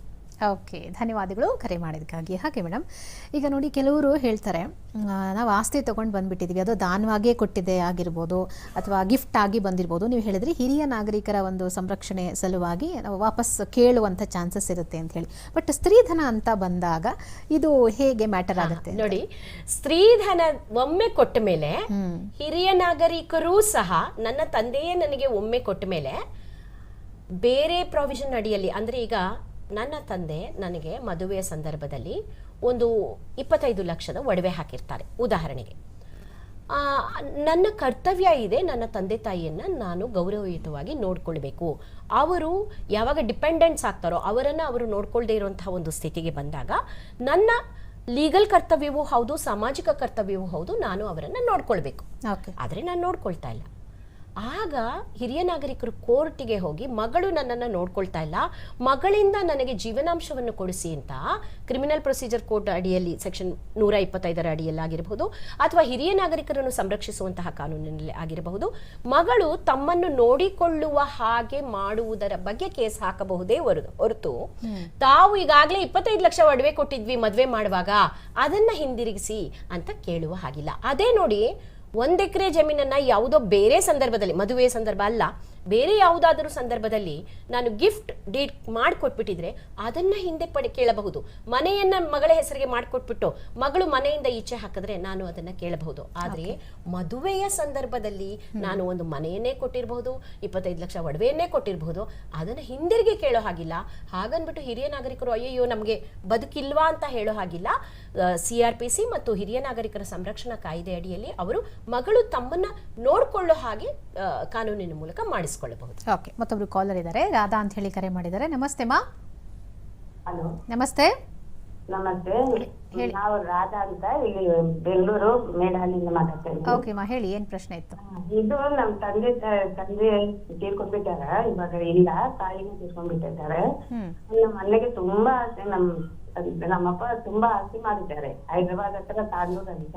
ಆದ್ರೆ ನಮ್ ಮದುವೆಗೂ ನಮ್ ತಂದೆಯವ್ರು ಏನು ಕೊಟ್ಟಿಲ್ಲ, ಇನ್ನು ಮದುವೆಯನ್ನು ಮಾಡಿ ಕೊಟ್ಟಿದ್ದಾರೆ ಅಷ್ಟೇ, ಏನು ಕೊಟ್ಟಿಲ್ಲ. ಅದು ನಮ್ ತಂದೆ ಆಮೇಲೆ ನಿಮ್ಗೆ ಕೊಡ್ತಿಲ್ಲ ಅಂತ ಹೇಳಿದ್ರು. ಅದು ನಮ್ ತಂದೆ ತುಂಬಾ ಆರೋಗ್ಯ ಚೆನ್ನಾಗಿದ್ದಿಲ್ಲ, ಅವಾಗ ಸೀರಿಯಸ್ ಆಗಿ ಸೈನ್ ಮಾಡ್ಕೊಂಡ್ಬಿಟ್ಟಿದ್ದಾರೆ. ಇವಾಗ ನಿಮ್ಗೆ ಏನು ಕೊಡಲ್ಲ ಅಂತ ಒಂದು ನಯಾ ಪೈಸಾನು ಕೊಟ್ಟಿಲ್ಲ ಮೇಡಮ್. ಕೋರ್ಟಿಗೆ ಹೋಗಿ ಹಾಕಿದ್ವಿ. ಆ ಕೋರ್ಟಿಗೆ ಹೋದ್ರೆ ಏನ್ ಮಾಡ್ತಾ ಇದಾರ, ವಕೀಲಿಗೆ ಎಲ್ಲ ನಾವ್ 1,000 ರೂಪಾಯಿ ಕೊಟ್ರೆ ಅವ್ರು 10,000 ಕೊಟ್ಟು ಅವ್ರ ಹತ್ರ ಮಾಡ್ಕೊಂತ ಇದ್ದಾರೆ. ನಮ್ಗೆ ಏನೋ ಕೊಟ್ಟಿದ್ದಾರೆ ಮೇಡಮ್. ಓಕೆ, ನಿಮ್ ಪ್ರಶ್ನೆಗೆ ಉತ್ತರ ಕೊಡ್ತಾರೆ, ಕೇಳಿಸ್ಕೊಳ್ಳಿ. ನೋಡಿ ಅಮ್ಮ, ಕಾನೂನಿನ ಪ್ರಕಾರ ಕಾನೂನಿನ ಬಗ್ಗೆ ಮತ್ತು ಕಾನೂನೇ ನಾವು ಮಾತಾಡೋದಾದ್ರೆ ನಿಮಗೆ ಖಂಡಿತವಾಗ್ಲೂ ಆ ಆಸ್ತಿಯಲ್ಲಿ ಹಕ್ಕು ಇದೆ. ನಿಮ್ಮ ತಂದೆಯವರ ಆಸ್ತಿ ಏನಿದೆ ಅದು ಅವರು ಈಗಾಗಲೇ ಸ್ವಯಾರ್ಜಿತ ಆಸ್ತಿಯನ್ನ ಬೇರೆ ಮಕ್ಕಳಿಗೆ ಮಾತ್ರ ಕೊಡಬೇಕು ಅಂತ ಉಯಿಲು ಮಾಡಿಟ್ಟು, ಅಂದ್ರೆ ವಿಲ್ ಅಂತ ಬರೀತಾರಲ್ಲ, ಹಾಗೆ ಬರೆದಿಟ್ಟು ಹೋಗಿದ್ರೆ ನಿಮಗೆ ಬರೋದಿಲ್ಲ. ಇಲ್ಲದಿದ್ದರೆ ಅವರು ಉಯಿಲು ಮಾಡದೆ ತೀರಿಕೊಂಡಿದ್ದರೆ ಎಲ್ಲ ಮಕ್ಕಳಿಗೆ ಬರುವ ಹಾಗೆಯೇ ನಿಮಗೂ ಸಹ ಅವರ ಸ್ವಯಾರ್ಜಿತ ಆಸ್ತಿ ಹಾಗೂ ಅವರ ಪಿತ್ರಾರ್ಜಿತ ಆಸ್ತಿಯಲ್ಲಿ ಸಮವಾದ ಪಾಲು ಇದೆ. ಹಾಗಾಗಿ ನೀವು ಅದರಲ್ಲಿ ಖಂಡಿತವಾಗ್ಲೂ ಕಾನೂನಿನ ಮೂಲಕ ಹೋಗಿ ನೀವು ಪಡೆದುಕೊಳ್ಳಬಹುದು. ಮತ್ತು ಒಂದು ಸಣ್ಣ ವಿಷಯ ಅಂದರೆ, ನಿಮಗೆ ನೀವು ಇಟ್ಕೊಂಡಿರ್ತಕ್ಕಂತಹ ಲಾಯರಿಂದ ಏನೋ ಒಂದು ಅಸಮಾಧಾನ ಇದೆ ಅಂದರೆ ನ್ಯಾಯಾಧೀಶರ ಮುಂದೆ ನೀವು ಲಾಯರನ್ನು ಬದಲಿಸುವಂತಹ ಅವಕಾಶ ನಿಮಗೆ ಇದೆ. ಓಕೆ ಮಾ, ಧನ್ಯವಾದಗಳು ಕರೆ ಮಾಡೋದಕ್ಕಾಗಿ. ಎಸ್ ಮೇಡಮ್, ಈಗ ಸ್ತ್ರೀಧನ ನಮಗೆ ಬರುತ್ತೆ, ಅದು ನಮ್ಮ ಹಕ್ಕು, ಅದನ್ನು ಬಿಟ್ಟು ಬೇರೆ ಯಾರಿಗೆ ಅದ್ರ ಮೇಲೆ ಹಕ್ಕಿರುತ್ತೆ ಅಂತ ಹೇಳಿ? ನೋಡಿ, ಸ್ತ್ರೀಧನವನ್ನು ನಾನು ನನ್ನ ಇಷ್ಟ ಬಂದವರಿಗೆ ಹೇಗೆ ನಾನು ಸಂಪೂರ್ಣ ಸ್ವಯಾರ್ಜಿತ ಆಸ್ತಿಯನ್ನು ನನ್ನ ಇಷ್ಟ ಬಂದವರಿಗೆ ಕೊಡ್ತೀನೋ ಹಾಗೆ ನನ್ನ ಇಷ್ಟ ಬಂದವರಿಗೆ ನಾನು ಕೊಟ್ಟು ಬಿಡಬಹುದು. ಓಕೆ. ದಾಖಲೆಗಳ ಮೂಲಕ, ಉಡುಗೊರೆಯ ಮೂಲಕ ಕೊಟ್ಟು ಬಿಡಬಹುದು. ಈ ಆಸ್ತಿಗಳೆಲ್ಲ ಹೇಗೆ ಅಂದರೆ, ನಾನು ತೀರಿಕೊಳ್ಳುವ ಮೊದಲು ವಿಲ್ ಮಾಡಿಟ್ಟಿದ್ದರೆ ನಾನು ಯಾರಿಗೆ ಬೇಕಾದರೂ ಅದನ್ನು ಮಾಡಿಡಬಹುದು. ಯಾರೂ ಅದರಲ್ಲಿ ಹಕ್ಕನ್ನು ಕೇಳುವ ಹಾಗಿಲ್ಲ, ಪಾಲು ಕೇಳುವ ಹಾಗಿಲ್ಲ. ಸಪೋಸ್ ನಾನು ವಿಲ್ ಮಾಡದೆ ತೀರಿಕೊಂಡೆ, ಆಗೇನು ಮಾಡುವುದು? ಆಗೇನಾಗುತ್ತೆ ಅಂದರೆ, ಸ್ವಯಾರ್ಜಿತ ಆಸ್ತಿಯಲ್ಲಿ ಬೇರೆ ಆಸ್ತಿಯ ಜೊತೆಗೆ ನನ್ನದು ಅಂತ ಏನಿದೆಯೋ ಅದೆಲ್ಲವೂ ನನ್ನ ಮಕ್ಕಳಿಗೆ ಸಮಪಾಲು ಹೋಗುತ್ತೆ. ವಿಲ್ ಮಾಡದೇ ಇದ್ದಾಗ ಆ ತೀರಿಕೊಂಡ ಮಹಿಳೆಯ ಗಂಡ ಬದುಕಿದ್ದರೆ ಆ ಗಂಡನಿಗೆ 50 ಭಾಗ ಆಸ್ತಿ ಹೋಗುತ್ತೆ ಮತ್ತು ಆಕೆಗೆ ಇರ್ತಕ್ಕಂತಹ ಮಕ್ಕಳಿಗೆ ಉಳಿದ 50 ಭಾಗದಲ್ಲಿ ಸಮವಾದ ಆಸ್ತಿ ಹೋಗುತ್ತೆ. ಇದು ಯಾವಾಗ? ವಿಲ್ ಮಾಡದೇ ಇರುವಾಗ. ಪಿತ್ರಾರ್ಜಿತದಿಂದ ಬಂದ ಪಾಲಿರಬಹುದು, ಸ್ವಯಾರ್ಜಿತ ಇರಬಹುದು ಮತ್ತು ಸ್ತ್ರೀಧನ ಇರಬಹುದು. ಇದು ಹೀಗೆ ಆಗತ್ತೆ. ಮಕ್ಕಳು ಇರಲಿಲ್ಲ, ಆಗ ಏನಾಗತ್ತೆ? ಆಗ ಸ್ವಯಾರ್ಜಿತ ಆಸ್ತಿ ಗಂಡನಿಗೆ ಹೋಗುತ್ತೆ. ಆದರೆ ಸ್ತ್ರೀಧನ ನನಗೆ ಮಕ್ಕಳು ಇಲ್ಲದಿದ್ದಾಗ ನನ್ನ ತಂದೆ ಮನೆಯ ಕಡೆಯಲ್ಲಿ ನನ್ನ ತಾಯಿಗೆ ಹೋಗುತ್ತೆ. ನನ್ನ ತಾಯಿಯೂ ಇಲ್ಲದಿದ್ದಾಗ, ಇಲ್ಲಿ ಒಂದು ಗಮನಿಸಬೇಕಾದ ಅಂಶ, ಆ ತಾಯಿ ಇಲ್ಲದೆ ತಂದೆ 2ನೇ ಮದುವೆ ಆಗಿ ಮಲತಾಯಿ ಇದ್ದರೆ ಮಲತಾಯಿಗೆ ಹೋಗುವುದಿಲ್ಲ. ನನ್ನನ್ನು ಹೆತ್ತಂತಹ ತಾಯಿಯೂ ಸಹ ತೀರ್ಕೊಂಡಿದ್ದರೆ ಅದು ನನ್ನ ತಂದೆಗೆ ಹೋಗುತ್ತೆ. ನನ್ನ ತಂದೆ ತಾಯಿ ಇಬ್ಬರೂ ಇಲ್ಲದಿದ್ದರೆ ಅಣ್ಣಂದಿರಿಗೆ ಹೋಗುತ್ತೆ. ಅಣ್ಣಂದ್ರು ತಮ್ಮಂದ್ರು ಎಲ್ಲರಿಗೂ ಹೋಗುತ್ತೆ. ಅಣ್ಣ ತಮ್ಮಂದರು ಇಲ್ಲದೆ ನಾವಿಷ್ಟು ಬರೀ ಹೆಣ್ಣು ಮಕ್ಕಳಿದ್ದೇವೆ ಅಂದರೆ ನನ್ನ ಸ್ತ್ರೀಧನ ನನಗೆ ಮಕ್ಕಳಿಲ್ಲದಂತಹ ಸಂದರ್ಭದಲ್ಲಿ, ನಾನು ಉಯಿಲು ಮಾಡದೆ ತೀರಿಕೊಂಡಂತಹ ಸಂದರ್ಭದಲ್ಲಿ, ಈಗ ಹೇಳಿದ್ನಲ್ಲ, ಇವ್ರು ಯಾರು ಇಲ್ಲದೆ ಇದ್ದಾಗ ಅಕ್ಕ ತಂಗಿಯರಿಗೆ ಹೋಗುತ್ತೆ. ಇದು ಯಾವುದೇ ಕಾರಣಕ್ಕೂ ಗಂಡನ ಮನೆಗೆ ಹೋಗೋದಿಲ್ಲ. ಗಂಡನ ಸ್ನೇಹಿತರು ಕೊಟ್ಟಂತಹ ಒಡವೆ ಅಥವಾ ನಮ್ಮ ಮಾವನವ್ರು ತೆಕ್ಕೊಟ್ಟಂತಹ ಸೀರೆ ಅಥವಾ ಅವ್ರ ಕಡೆ ನೆಂಟರಿಷ್ಟು ಕೊಟ್ಟಂತಹ ಆಸ್ತಿಗಳು ಅಂತ ಕೂಡ ನಾವು ಉಯಿಲು ಮಾಡದೆ ತೀರಿಕೊಂಡಾಗ ನನ್ನ ಎಲ್ಲ ಸ್ತ್ರೀಧನವು ನನ್ನ ತಾಯಿಯ ಮನೆ ಕಡೆ, ಅಂದ್ರೆ ನನ್ನ ತಂದೆ ತಾಯಿ ಮನೆ ಕಡೆ, ತವರು ಮನೆ ಕಡೆಗೆ ಹೋಗುತ್ತೆ ಹೊರತು ಗಂಡ ಫ್ರೆಂಡ್ ಕೊಟ್ಟಿದ್ದು ಅಂತ ಗಂಡನಿಗೆ ಕೊಡುವ ಹಾಗೆ ಬರೋದಿಲ್ಲ. ಓಕೆ, ಮತ್ತೊಬ್ರು ಕಾಲರ್ ಇದ್ದಾರೆ, ರೇಷ್ಮಾ ಅಂತ ಹೇಳಿ ಕರೆ ಮಾಡಿದ್ದಾರೆ. ನಮಸ್ತೆ ರೇಷ್ಮಾ ಅವರೇ. ಹಲೋ ಹಲೋ, ನಮಸ್ತೆ ಮಾ. ಟಿವಿ ವಾಲ್ಯೂಮ್ ಮ್ಯೂಟ್ ಮಾಡಿ ಪ್ರಶ್ನೆ ಕೇಳಿ. ಹಲೋ, ನಮಸ್ಕಾರ ಮೇಡಮ್. ನಾವು ರೇಷ್ಮಾ ಅಂತ ಹೇಳ್ಬಿಟ್ಟು. ಹೇಳಿ. ಇದು ನಮ್ದು ಹಸ್ಬೆಂಡು, ನಮ್ಮ ಹಸ್ಬೆಂಡ್ ತಂದೆದು 5 ಎಕರೆ ಆಸ್ತಿ ಇದೆ ಮೇಡಮ್. ಇನ್ನೊಂದು 3 ಎಕರೆ 10 ಗುಂಟೆ ಆಸ್ತಿ ಇದೆ. ಅದ್ರಲ್ಲಿ ನಾವು ಇವರು 6 ಜನ ಮಕ್ಳು, ಇವರು 4 ಜನ ಹೆಣ್ಮಕ್ಳು 2 ಗಂಡ್ಮಕ್ಳು. ಅವರು ಈಗ 4 ಜನ ಹೆಣ್ಮಕ್ಳು ನಾವು ಹೇಳಿದ್ವಿ 5 ಎಕರೆಯಲ್ಲಿ ಆಸ್ತಿ ಇದೆಯಲ್ಲ ಅದ್ ನೀವು ಹಂಚ್ಕೊಳ್ಳಿ, 3 ಎಕರೆ 10 ಗುಂಟೆ ಆಸ್ತಿ ನಾವು ಹಂಚ್ಕೊಳ್ತೀವಿ ಅಂತ ಹೇಳ್ತಿದೀವಿ ಮೇಡಮ್. ಈಗ ಅವ್ರು ಇದ್ರಲ್ಲೂ ಬೇಕು ಅದ್ರಲ್ಲೂ ಬೇಕು, ಈ 2 ನಮ್ಗೆ ಬೇಕು, ಇಲ್ಲ ನಾವು ಸ್ಟೇ ಮಾಡ್ತೀವಿ. ಇವತ್ತು ಆಯ್ತಂದ್ರೆ ಇದ್ರಲ್ಲೂ ಇಲ್ಲ ತೀರ್ಕೊಂಡಿದ್ದಾರೆ, ನಾವೀಗ ಸ್ಟೇ ಮಾಡಿಸ್ತೀವಿ, ಇಲ್ಲಾರೆ ಕೊಟ್ಟಿದ್ದಾರೆ ಅಂತ ಹೇಳ್ಬಿಟ್ಟು ಹಂಗೆಲ್ಲ ಹೇಳ್ತಿದ್ದಾರೆ ಮೇಡಮ್. ಅದಕ್ಕೆ ಏನಾದ್ರು ಹೇಳ್ತೀವಿ ಅಂತ ಫೋನ್ ಮಾಡಿದ್ವಿ. ಓಕೆ ಮಾ, ನಿಮ್ ಪ್ರಶ್ನೆಗೆ ಉತ್ತರ ಕೊಡ್ತಾರೆ, ಕೇಳಿಸ್ಕೊಳ್ಳಿ. ಸ್ಟೇ ಮಾಡೋದು ನಾವು ಯಾಕಂದ್ರೆ ಬೆಳ್ಕೊಂಡ್ ತಿಂತಿದೀವಿ ಮೇಡಮ್. ನಾವೀಗ ಭತ್ತ ಎಲ್ಲ ಹಾಕೊಂಡು ತಿಂತಿದ್ವಿ, ಅಂದ್ರೆ ತೆಂಗಿನ ಮರ ಅದು ಇದೆಲ್ಲ ಇದೆ. ಈಗ ನಾವು ಆಯ್ತಂದ್ರೆ ಇದ್ರಲ್ಲೂ ಇಲ್ಲ, ನಾವೇ ನೋಡ್ಕೊಳ್ತಿದ್ವಿ ಇದ್ರಲ್ಲಿ ಗಂಡ್ಮಕ್ಳು. ಅದಕ್ಕೆ ಇವಾಗ ಹೆಣ್ಮಕ್ಳು ಎಲ್ಲ 4 ಜನನು ಕೂತ್ಕೊಂಡ್ ಬಿಟ್ಟಿದ್ದಾರೆ ಮೇಡಮ್. ಈಗ ನಮಗೂ ಬೇಕು ಪಾಲು ಅಂತ ಹೇಳ್ಬಿಟ್ಟು, ನಾವು ಕೊಡಲ್ಲ ಅಂತ ಹೇಳ್ತಿದ್ದಿಲ್ಲ, ಕೊಡ್ತೀವಿ ಅಂತ ಹೇಳ್ತಿದ್ವಿ, ಸ್ಟೇ ಮಾಡ್ತೀವಿ ನಾವು, ನೀವ್ ಏನ್ ಬೆಳ್ಕೊಂಡ್ ತಿನ್ಬಾರ್ದು ಅಂತ ಹೇಳ್ಬಿಟ್ಟು ಹೇಳ್ತಿದ್ದೇವೆ ಮೇಡಮ್. ಓಕೆ ನೋಡಿ, ಇವ್ರು ನೀವು ರೇಷ್ಮಾ ಅವರೇ, ನೀವು ಹೇಳ್ತಾ ಇರೋ ವಿಷಯದಲ್ಲಿ ಒಂದು ಕ್ಲಾರಿಟಿ ಬೇಕಿದೆ. 5 ಎಕರೆ ಒಂದ್ ಕಡೆ ಮತ್ತೆ 3.5 ಎಕರೆ ಒಂದ್ ಕಡೆ ಹೇಳ್ತಾ ಇದ್ದೀರಾ ಅಲ್ವಾ? ಎರಡು ಅವರು ತಂದೆಯ ಸ್ವಯಾರ್ಜಿತ ಆಸ್ತಿ ಆಗಿದ್ದು 5 + 3.5 ಎಕರೆ ಯಾವುದೇ ಜಾಗದಲ್ಲಿ ಇದ್ರೂ ಸಹ ಎಲ್ಲಾ ಮಕ್ಕಳಿಗೂ ಅದು ಸಮವಾದ ಆಸ್ತಿ ಹಕ್ಕೇ ಬರುತ್ತೆ. ಅದು ಏನಾದ್ರೂ 3.5 ಎಕರೆ ಪಿತ್ರಾರ್ಜಿತ ಆಸ್ತಿಯಲ್ಲೇ ಇದೆ, ಇನ್ನು ಭಾಗ ಆಗಿಲ್ಲ ಅಂದ್ರೆ ಭಾಗ ಮಾಡುವಾಗ ಸಮವಾದ ಆಸ್ತಿ ಹಕ್ಕು ಬರುತ್ತೆ. ಹಾಗಾಗಿ ಇವರು ಈ 2 ಎಕರೆ ನಾನು ಉಳಿಸ್ಕೋತೀನಿ, ಆ 3 ಎಕರೆಯಲ್ಲಿ ಭಾಗ ಮಾಡ್ಕೊಳ್ಳಿ, ಈ 3 ಎಕರೆ ಹೆಣ್ಮಕ್ಳು ಕೊಡಿ, ಆ 5 ಎಕರೆ ಗಂಡು ಮಕ್ಳು ಇಟ್ಕೊಳ್ಳಿ, ಹಾಗೆಲ್ಲ ಹೇಳಕ್ಕೆ ಬರೋದಿಲ್ಲ. ಕಾನೂನಿನ ಪ್ರಕಾರ ನಿಮ್ಮ ಅಷ್ಟೂ ಆಸ್ತಿಯಲ್ಲಿ ನೀವು ಎಷ್ಟು ಮಕ್ಕಳಿದ್ದೀರೋ ಅಷ್ಟೂ ಜನಕ್ಕೂ ಸಮಪಾಲಾಗುತ್ತೆ. ಇವ್ರ ಕೇಸ್ನಲ್ಲಿ ತಂದೆ ತಾಯಿ ಇಬ್ರು ಬದುಕಿಲ್ಲ ಅಂತ ಹೇಳಿದ್ರು. ಈ ರೀತಿಯಾದ ಯಾವುದೇ ಕೇಸ್ನಲ್ಲಿ ಅಕಸ್ಮಾತ್ ತಂದೆ ಅಥವಾ ತಾಯಿ ಬದುಕಿದ್ದು ಇಂತಹ ವಿಚಾರಗಳು ನಡೆದರೆ ಯಾರು ಬದುಕಿರ್ತಾರೋ ಅವರಿಗೆ 50% ಹೋಗಿ ಉಳಿದ ಆಸ್ತಿ 50% ನಲ್ಲಿ ವಿಭಾಗ ಆಗುತ್ತೆ. ಓಕೆ ಮಾ, ಧನ್ಯವಾದಗಳು ಕರೆ ಮಾಡೋದಕ್ಕಾಗಿ. ನಿಮಗೆ ಹೆಚ್ಚಿನ ಮಾಹಿತಿ ಬೇಕು ಅಂದರೆ ಕಾರ್ಯಕ್ರಮದ ಕೊನೆಯಲ್ಲಿ ನಂಬರ್ ಕೊಟ್ಟಿರ್ತೀವಿ, ಸಂಪರ್ಕ ಮಾಡಿ. ಎಸ್ ಮೇಡಮ್, ಈಗ ಕಾನೂನಲ್ಲಿ ಸ್ತ್ರೀಧನದ ಒಂದು ಕಾನೂನಿದೆ, ಹಕ್ಕಿದೆ ಅಂತ ಹೇಳಿದ್ರಿ. ಸಹಜವಾಗಿ ಪುರುಷರು ಕೇಳ್ತಾರೆ, ನಮಗೂ ಕೂಡ ಈ ಥರದ ಒಂದು ಹಣ ಅಥವಾ ಗಿಫ್ಟ್ಗಳು ಬಂದಾಗ ನಾವು ಏನು ಮಾಡಬೇಕು ಅಂತ ಹೇಳಿ. ಸಹಜವಾಗಿ ಎರಡು ಸೈಡ್ ಮಾತಾಡಬೇಕಾಗುತ್ತೆ. ಮೊನ್ನೆ ನೋಡಿ ಯಾವುದೋ ಪ್ರವಚನ ಕೇಳ್ತಾ ಇದ್ದೆ, ಆಗ ಪ್ರವಚನಕಾರರು ಹೇಳ್ತಾ ಇದ್ರು, ಗಂಡ ಮಾಡಿದ ಪುಣ್ಯದಲ್ಲಿ ಹೆಂಡತಿಗೆ ಅರ್ಧ ಪಾಲಂತೆ, ಗಂಡ ಮಾಡಿದ ಪಾಪದಲ್ಲಿ ಹೆಂಡತಿಗೆ ಏನು ಪಾಲಿಲ್ವಂತೆ, ಹೆಂಡತಿ ಮಾಡಿದ ಪುಣ್ಯದಲ್ಲಿ ಹೆಂಡತಿಗೆ ಪೂರ್ತಿ ಪಾಲಂತೆ, ಪಾಪದಲ್ಲಿ ಅರ್ಧ ಗಂಡನಿಗೆ ಪಾಲಂತೆ. ಇದು ಯಾಕೆ ಗೊತ್ತಾ, ಎಲ್ಲರೂ ಫಸ್ಟ್ ಕೇಳೋದು ಎಲ್ಲಾ ಕಾನೂನುಗಳು ಮಹಿಳಾ ಪರ ಇದೆ, ಮತ್ತೆ ಪ್ರಾವಿಷನ್ಸ್ ಎಲ್ಲ ಮಹಿಳೆಯರಿಗೆ ಸಪೋರ್ಟ್ ಮಾಡುತ್ತೆ, ಕೋರ್ಟು ಮಹಿಳೆಯರಿಗೆ ಸಪೋರ್ಟ್ ಮಾಡುತ್ತೆ. ಇದು ಒಂದು ಕುದುರೆ ಕಣ್ಪಟ್ಟಿ ಕಟ್ಟಿದ್ರೆ ಇರುತ್ತಲ್ಲ ಹಾಗೆ ಇದು ಒಂದು ತಪ್ಪು ಕಲ್ಪನೆ. ಪುರುಷನಿಗೆ ಅಧಿಕಾರ ಇತ್ತು, ಮೊದಲೇನಾಗಿತ್ತು, ಮನುಷ್ಯರೆಲ್ಲರಿಗೂ ಸಮವಾದ ಅಧಿಕಾರ ಇತ್ತು. ಆದರೆ ಪುರುಷಶಾಹಿ ಸಮಾಜ ಬಂದು ಅವನು ಮಾತ್ರ ಅಧಿಕಾರಗಳನ್ನ ಹಕ್ಕುಗಳನ್ನ ಹಿಡಿದಿಟ್ಕೊಂಡ. ಹಾಗಾಗಿ ನಾವು ಅದನ್ನ ತೆಗೆದು ಮತ್ತೆ ಈಕ್ವಲ್ ಡಿಸ್ಟ್ರಿಬ್ಯೂಷನ್ ಕಡೆಗೆ ಬಂದಿದ್ದೀವಿ. ಹಾಗಾಗಿ ಪುರುಷರಿಗೆ ಈಗಾಗಲೇ ಇರುವಂತಹ ಆಸ್ತಿಯ ಹಕ್ಕು ಹೊರಟೋಗಿದೆ, ಮಹಿಳೆಗೆ ಎಕ್ಸ್ಟ್ರಾ ಬಂದಿದೆ ಅಂತ ಹೇಳಲಿಕ್ಕೆ ಬರೋದಿಲ್ಲ. ಒಂದು. ಎರಡನೇದು, ನಾವು ಇಂದಿಗೂ ಸಹ ಮಹಿಳೆಯನ್ನ ವಲ್ನರಬಲ್ ಕಮ್ಯುನಿಟಿ ಅಂದ್ರೆ ಮಹಿಳಾ ಸಮುದಾಯ ತನ್ನನ್ನು ತಾನು ಬಹಳ ಸುಲಭವಾಗಿ ತೊಂದರೆಗಳಿಗೆ ತೆರೆದುಕೊಳ್ಳುವಂತಹ ಒಂದು ಸಮುದಾಯ ಆಗಿದೆ. ಹಾಗಾಗಿ ಅವರನ್ನ ನಾವು ಸ್ವಲ್ಪ ಕೈ ಹಿಡಿದು ಎತ್ತರ ಅವಶ್ಯಕತೆ ಇರೋದ್ರಿಂದ ಅವರಿಗಾಗಿ ಹೀಗೆ ವಿಶೇಷ ಪ್ರಾವಿಷನ್ ಕಾನೂನು ಕೊಡುತ್ತೆ. ಮತ್ತು ಮೂರನೆಯ ವಿಷಯ, ಗಂಡಸರು ಮಕ್ಕಳನ್ನ ಹೆರುವುದಿಲ್ಲ, ಗಂಡಸರು ಬಾಣಂತನಕ್ಕೆ ಒಳಗಾಗುವುದಿಲ್ಲ.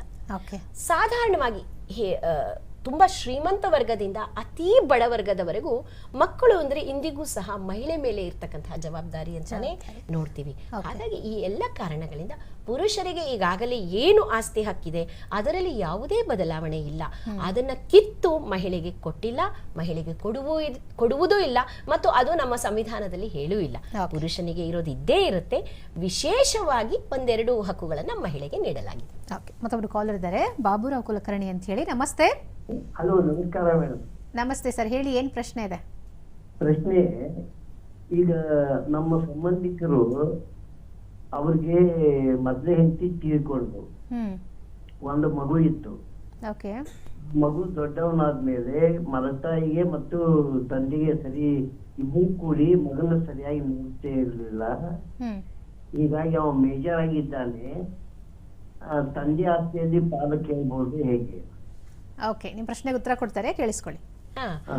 ನೋಡಿ, ತಾಯಿ ಬದುಕಿರಲಿ, ತಾಯಿ ತೀರಿಕೊಂಡಿರಲಿ, ಯಾವುದೇ ಮಗು ಒಮ್ಮೆ ಆ ಕುಟುಂಬದ ಒಳಗೆ ಜನಿಸಿದ ಮೇಲೆ ಅಥವಾ ದತ್ತು ಕೂಡ ಬಂದ ನಂತರ ತಂದೆ ತೀರಿಕೊಂಡಿದ್ದರೂ ಸಹ, ತಂದೆ ಇನ್ನೂ 2-3 ಮದುವೆ ಮಾಡಿಕೊಂಡಿದ್ದರೂ ಸಹ ಆ ಮಗುವಿಗೆ ವಯಸ್ಕ ಇರಲಿ ಇಲ್ಲದಿರಲಿ, ಚಿಕ್ಕ ವಯಸ್ಸಿನ ಮೈನರ್ ಮಗು ಕೂಡ ಆಗಿರಲಿ, ಆ ಮಗುವಿಗೆ, ಆ ವ್ಯಕ್ತಿಗೆ ಸಂಪೂರ್ಣವಾದ ಆಸ್ತಿಯ ಹಕ್ಕು ಬರುತ್ತೆ. ಹಾಗಾಗಿ ನೀವು ಹೇಳಿದ ಕೇಸ್ನಲ್ಲಿ ತೀರಿಕೊಂಡಂತಹ ವ್ಯಕ್ತಿಯ ಮಗ ಈ ದಿನವೂ ಕೂಡ ತಂದೆಯ ಆಸ್ತಿಯಲ್ಲಿ ಪಾಲು ಪಡೆಯಲು ಹಕ್ಕು ಬಾಧ್ಯಸ್ಥನಾಗಿರ್ತಾನೆ. ಓಕೆ ಸರ್, ಧನ್ಯವಾದಗಳು ಕರೆ ಮಾಡೋದಕ್ಕಾಗಿ. ಹಾಗೆ ಮೇಡಮ್, ಈಗ ಸ್ತ್ರೀಧನವನ್ನು, ಸೊ ನಮ್ಮ ಪಾಲಿಗೆ ಬಂದಂಥ ಸ್ತ್ರೀಧನವನ್ನು ನಾವೇ ಇಟ್ಕೊಂಡಿರ್ತೀವಿ. ಯಾರು ಕೂಡ ಸ್ತ್ರೀಧನವನ್ನು ಒಯ್ಲು ಮಾಡೋಕ್ಕೆ ಹೋಗಲ್ಲ. ಆಸ್ತಿ ಆದರೆ ಒಯ್ಲು ಮಾಡಿ ಇಟ್ಬಿಡ್ತೀವಿ. ಸ್ತ್ರೀಧನವನ್ನು ಯಾವ ಸಂದರ್ಭದಲ್ಲಿ ಒಯ್ಲು ಮಾಡಬೇಕಾಗತ್ತೆ? ಇಟ್ ಈಸ್ ಮ್ಯಾಂಡೇಟ್ರಿನಾ, ಹೇಗೆ? ನೋಡಿ, ಒಯ್ಲು ಮಾಡುವುದು, ವಿಲ್ ಮಾಡುವುದು ನಮ್ಮ ದೇಶದ ಕಾನೂನುಗಳ ಪ್ರಕಾರ ಮ್ಯಾಂಡೇಟರಿ ಅಲ್ಲ, ಅಂದ್ರೆ ಮಾಡಲೇಬೇಕು ಅನ್ನುವ ಹಾಗೆ ಇಲ್ಲ. ಇದು ಸ್ವಇಚ್ಛೆಯಿಂದ ಮಾಡ್ತಕ್ಕಂತಹ ಒಂದು ದಾಖಲೆ. ಆದರೆ ಒಂದು ಮಹಿಳೆ ಮತ್ತು ಮಕ್ಕಳ ಪರವಾಗಿ ಮಾತಾಡ್ತಕ್ಕಂತಹ ವಕೀಲಳಾಗಿ ಇಷ್ಟು ವರ್ಷದ ನನ್ನ ಅನುಭವದಲ್ಲಿ ನಾನು ಹೇಳುವುದು, ಪ್ರತಿಯೊಬ್ಬರು ನನ್ನ ಹತ್ರ ಏನು ಆಸ್ತಿನೇ ಇಲ್ಲ, ನಾನೇನು ದುಡಿಯಕ್ಕೆ ಹೋಗಲ್ಲ, ಏನಿಲ್ಲ, ಗೃಹಿಣಿ ಇದ್ದೀನಿ, ಗೃಹಿಣಿಯರಿಗೆ ಅದೊಂದು ಅಯ್ಯೋ ನಾನು ಗೃಹಿಣಿ ಅಂತ ಹೇಳ್ಕೊಳ್ತಾರೆ. ಆ ರೀತಿಯಾಗಿ ನೀವು ಹೇಳ್ಕೊಳ್ಳೋ ಅವಶ್ಯಕತೆ ಇಲ್ಲದೆ, ಗೃಹಿಣಿಯೂ ಸಹ ಪ್ರತಿಯೊಬ್ಬರು ವಿಲ್ ಮಾಡಬೇಕು. ವಿಲ್ ಯಾವಾಗ ಮಾಡಬೇಕು? ನನಗೆ 18 ವರ್ಷ ತುಂಬಿದ ತಕ್ಷಣವೇ ನನ್ನ ಹತ್ರ ಏನಿದೆಯೋ ಅದರ ವಿಲ್ ಮಾಡಿಡಬೇಕು. ವಿಲ್ದ ಒಂದು ಬ್ಯೂಟಿ ಅಂದ್ರೆ, ಕಾಲ ಕಾಲಕ್ಕೆ ನಾವು ಯಾವಾಗ ಬೇಕಾದರೂ ಆ ವಿಲ್ ನಲ್ಲಿ ನಾವು ಏನ್ ಬರ್ದಿರ್ತೀವೋ ಅದನ್ನ ಬದಲಾಯಿಸ್ಕೊಳ್ತಾ ಹೋಗ್ಬಹುದು. ಸಪೋಸ್ ನಾನು ನನ್ನ ಮುತ್ತು ಹವಳದ ನೆಕ್ಲೆಸ್ ಅನ್ನ ಯಾರಿಗೂ ಕೊಡಕ್ಕೆ ನನ್ನ 2ನೇ ಮಗನಿಗೆ ಕೊಡಿ ಅಂತ ಬರ್ದಿರ್ತೀನಿ. ಆದ್ರೆ 5 ವರ್ಷ ಆದ್ಮೇಲೆ ನನ್ಗೆ ಅನ್ಸುತ್ತೆ ಇಲ್ಲ ನನ್ನ ಮೊಮ್ಮಗಳಿಗೆ ಕೊಡ್ಬೇಕು ಅಂತ. ಆಗ ನಾನು ಇಮ್ಮಿಡಿಯೇಟ್ ಆಗಿ ಸಬ್ ರಿಜಿಸ್ಟ್ರಾರ್ ಆಫೀಸ್ಗೆ ಹೋಗಿ, ಅಂದ್ರೆ ಯಾವುದೇ ಸಬ್ ರಿಜಿಸ್ಟರ್ ಆಫೀಸು, ಈಗ ನಾನು ಆ ದಿನ ಬೆಂಗಳೂರಲ್ಲಿ ಇದ್ದೆ ಮೊದಲನೇ ಸಲ ಮಾಡಿದಾಗ, ಈಗ ನಾನು ಧಾರವಾಡದಲ್ಲಿ ಸೆಟ್ಲ್ ಆಗಿದ್ದೀನಿ, ಇಲ್ಲ ಇನ್ಯಾವುದೋ ರಾಯಚೂರಲ್ಲಿ ಸೆಟ್ಲ್ ಆಗಿದ್ದೀನಿ, ಅಯ್ಯೋ ಮತ್ತೆ ಬೆಂಗಳೂರಿಗೆ ಹೋಗ್ಬೇಕಾ? ಇಲ್ಲ, ನೀವು ಯಾವುದೇ ಸಬ್ ರಿಜಿಸ್ಟ್ರಾರ್ ಆಫೀಸ್ಗೆ ಹೋಗಿ ಕೋಡಿಸಿಲ್ ಅಂತ, ಅಂದರೆ ಆ ಮೊದಲು ಮಾಡಿದ್ದೀವಲ್ಲ ವಿಲ್, ಆ ವಿಲ್ಲಿಗೆ ಈ ಅಂಶಗಳನ್ನು ಸೇರಿಸ್ತಕ್ಕಂತಹ ಕೆಲಸವನ್ನು ಮಾಡಬಹುದು. ಹಾಗಾಗಿ ಸ್ತ್ರೀಧನವನ್ನ ನಾನು ಯಾವಾಗ ವಿಲ್ ಮಾಡಬೇಕು, ಯಾವಾಗ ವಿಲ್ ಮಾಡಬಾರದು ಅಂತಿಲ್ಲ. ಬೇರೆ ಎಲ್ಲ ಆಸ್ತಿಯನ್ನು 18 ವರ್ಷ ತುಂಬಿದ ನಂತರ ಬುದ್ಧಿ ಸ್ಥಿಮಿತದಲ್ಲಿರುವ ಈ ದೇಶದ ಯಾವ ನಾಗರಿಕನು ಇಷ್ಟೇ ಆಸ್ತಿಯನ್ನು ವಿಲ್ ಮಾಡಬೇಕು, ಇಷ್ಟು ದೊಡ್ಡ ಆಸ್ತಿಯನ್ನು ವಿಲ್ ಮಾಡಬೇಕು ಅಂತಿಲ್ಲ. ಯಾವ ವರ್ಗದ ಮತ್ತು ಯಾವ ಪ್ರಮಾಣದ ಆಸ್ತಿಯನ್ನು ಸಹ ವಿಲ್ ಮಾಡಬಹುದು, ಮಾಡಬೇಕು ಎನ್ನುವುದು ನನ್ನ ಮನವಿ. ಓಕೆ, ಮತ್ತೊಬ್ರು ಕಾಲರ್ ಇದ್ದಾರೆ, ಮಾತನಾಡ್ಸೋಣ. ಹಲೋ, ನಮಸ್ತೆ. ಹಲೋ, ನಮಸ್ತೆ ಜಯಮ್ಮ ಅವರೇ. ಮೇಡಮ್ ಹೇಳಿಮ್ಮ, ಏನ್ ಪ್ರಶ್ನೆ ಇದೆ? ನಮ್ಮ ಮಾವನ ಆಸ್ತಿ 1.5 ಎಕರೆ ಜಮೀನಿತ್ತು. ನಮ್ಮ ಅತ್ತೆ, ನಮ್ಮ ಮಾವ ತೀರೋಗಿದ್ರು. ಓಕೆ. ನಮ್ಮ ಗಮನಕ್ಕೆ ತರದೆ ನಮ್ಮ ನಾದ್ನಿ, ನಮ್ಮ ಯಜಮಾನ್ರ ತಂಗಿಯವರು, ನಮ್ಮ ಗಂಡಂದಿರು 3 ಜನನು, ನಮ್ಮ ಮೈತಿರಿಬ್ರು, ನಮ್ಮ ಯಜಮಾನ್ರು 3 ಜನನು ಸ್ವಲ್ಪ ಡ್ರಿಂಕ್ಸ್. ಹಂಗಾಗಿ ನಮ್ ಗಮನಕ್ಕೆ ತರದೆ ಅವರೇ ಹೋಗಿ ನಮ್ಮ ಅತ್ತೆ ಕರ್ಕೊಂಡೋಗಿ ಅವ್ರ ಹೆಸರಿಗೆ 1.5 ಎಕರೆಲಿ 21 ಗುಂಟೆ ಬರ್ಸ್ಕೊಬಿಟ್ಟವ್ರೆ. ನಮ್ಮ ನಾದ್ನಿ ಕುಂಕುಮಕ್ಕೆ ಅಂತ ಪೌತಿ ಖಾತೆ ಮಾಡಿಸಿ ನಮ್ಮ ಮಾವನ ಹೆಸರಿಂದ ನಮ್ಮ ಅತ್ತೆ ಹೆಸರಿಗೆ. ನಾನು ಹೋಗಿ ವಿ ಆಫೀಸರ್ ಕೇಳೋದಕ್ಕೆ, ಇಲ್ಲ ಕಣಮ್ಮ ಹೆಣ್ಮಕ್ಳಿಗೂ ಒಪ್ಕೈತೆ ಆಗುತ್ತೆ. ಆಯ್ತು ಮೇಡಮ್, ಇರ್ಲಿ, ಅದಕ್ಕೂ ಎದುರಿಗೆ ನಮ್ನೆಲ್ಲ ಕೇಳಿ ತಗೋಬೋದಾಗಿತ್ತು, ಹಿಂಗೆ ಸದ್ದು ಮಾಡೋರಲ್ಲ ಹೆಂಗೆ ಮೇಡಮ್ ಅಂತ ಕೇಳ್ದೆ. ಅದಕ್ಕೆ ಇಲ್ಲಮ್ಮ, ನಿಮ್ ಯಜಮಾನ್ರುಗಳ ಸೈನ್ ಮಾಡಿದ್ಮೇಲೆ ಮುಗೀತು, ನಿಮ್ದೇನು ಹಕ್ಕು ಬರಲ್ಲ ಅಂತ ಹೇಳ್ತಾ ಇದ್ದಾರೆ. ಈಗ ಅದು ನಾವು ಏನು ಮಾಡಕ್ ಆಗಲ್ವಾ ಮೇಡಮ್? ನಮ್ಮನೆ ಕೇಳ್ಕೊಂಡ್ರೆ ಇಲ್ಲ, ನಮ್ಗೆ ಜಮೀನ್ ವಿಚಾರ ಹೇಳಲಿಲ್ಲ, ಅಮ್ಮನ್ ಹುಷಾರಿಲ್ಲ, ಹಾಸ್ಪಿಟಲ್ ತೋರ್ಸ್ಬೇಕು ಅಂದ್ಬಿಟ್ಟು ಹೇಳಿ ಮಾಡ್ಕೊಂಡ್ರು ಅಂದ್ರು. ಹಂಗಂದ ಒಂದ್ 15-20 ದಿನಕ್ಕೆ ನಮ್ಮ ಮನೆಯವ್ರು ಅವಳು ತಂಗಿ ಮನೇಲಿ ಹೋಗಿ ತೀರೋಗವ್ರೆ. ಏನಾಯ್ತು ಅಂತ ಗೊತ್ತಿಲ್ಲ. ಮತ್ತೆ ಒಬ್ಳು ತಂಗಿ ಇದ್ಲು, ತಂಗಿ ಅಕ್ಕ ಇಬ್ರು ಜಂಟಿ ಖಾತೆ ಮಾಡಿಸ್ಕೊಂಡಿದ್ರು 21 ಗುಂಟೆ. ತಂಗಿನೂ ಅವಳ ಮನೇಲೆ, ನಮ್ಮ ಅಕ್ಕನ ಮನೇಲಿ ಇರ್ತೀನಿ ಅನ್ಕೊಂಡೋದ್ಲು, ಅವಳು ಅಲ್ಲೇ ತೀರೋಗಿದ್ದಾಳೆ ಮೇಡಮ್. ಇದಕ್ಕೇನು ಮಾಡ್ಬೇಕು ಅಂತ ಗೊತ್ತಾಯ್ತಾ ಇಲ್ಲ ಮೇಡಮ್. ಓಕೆ ಮಾ, ನಿಮ್ಮ ಪ್ರಶ್ನೆಗೆ ಉತ್ತರ ಕೊಡ್ತಾರೆ, ಕೇಳಿಸ್ಕೊಳ್ಳಿ. ನೋಡಿ ಅಮ್ಮ, ಈ ದಿನದ ವಿಷಯ ಸ್ತ್ರೀಧನ ಮತ್ತು ಆಸ್ತಿಗೆ ಸಂಬಂಧಪಟ್ಟಿದ್ದು ಮಾತ್ರ ತಗೊಂಡಿರೋದ್ರಿಂದ ನಾವು ಬರೀ ಅದರ ಬಗ್ಗೆ ಮಾತಾಡೋಣ. ಕ್ರಿಮಿನಲ್ ಅಪರಾಧಗಳು ಏನಾದರೂ ನಡೆದಿದ್ರೆ ಅದಕ್ಕೆ ನೀವು ಪೊಲೀಸ್ನವರ ಮೂಲಕ ಸಹಾಯವನ್ನು ಪಡ್ಕೊಳ್ಬಹುದು. ಈಗ ಆಸ್ತಿ, ನಿಮ್ಮ ಮಾವನವರು ತೀರ್ಕೊಂಡಾಗ ಅವರ ಆಸ್ತಿಯಲ್ಲಿ 50 ಭಾಗ ನಿಮ್ಮ ಅತ್ತೆಯವರಿಗೆ ಹೋಗಿರುತ್ತೆ. ಉಳಿದ 50 ಭಾಗದಲ್ಲಿ ಎಲ್ಲ ಮಕ್ಕಳಿಗೂ ಸಮವಾಗಿ ಬರಬೇಕಾಗಿತ್ತು. ಅದು ಬಂದಿದೆಯಾ ನೀವು ನೋಡ್ಕೊಳ್ಳಿ. ಈಗ ನಿಮ್ಮ ಅತ್ತೆಯವರಿಗೆ 50 ಭಾಗ ಹೋಯ್ತಲ್ಲಮ್ಮ, ಅದು ಅವರ ಸ್ವಯಾರ್ಜಿತ ಆಸ್ತಿ ಆಗುತ್ತೆ. ಹಾಗಾಗಿ ಅವರು ಯಾವುದೇ ಕಾರಣಕ್ಕೂ ಮಗಳಿಗೂ ಕೊಡಬಹುದು, ಸೊಸೆಗೆ ಕೊಡಬಹುದು, ಮೊಮ್ಮಗುವಿಗೆ ಕೊಡಬಹುದು. ಆ ತಮ್ಮ ಪಾಲಿನಲ್ಲಿ ಅವರು ತಮ್ಮ ಮಗಳಿಗೆ ಕೊಟ್ಟಿದ್ದರೆ ಅದನ್ನ ಪರಿಗಣಿಸಲು, ಅಂದ್ರೆ ನಾವು ಕೇಳಲಿಕ್ಕೆ ಸಾಧ್ಯ ಆಗೋದಿಲ್ಲ. ಜೊತೆಗೆ ನಿಮ್ಮಲ್ಲಿ ಉಳಿದ ಮಕ್ಕಳು ತಮಗೆ ಬೇಡ ಅಂದ್ರೆ ರಿಲಿಂಕ್ವಿಶ್ ಡೀಡ್ ಅಂತೀವಿ, ಅಂದ್ರೆ ನಮ್ಮ ಹಕ್ಕನ್ನು ನಾವು ತ್ಯಜಿಸುವಂತಹ ಒಂದು ದಾಖಲೆ ಅದು.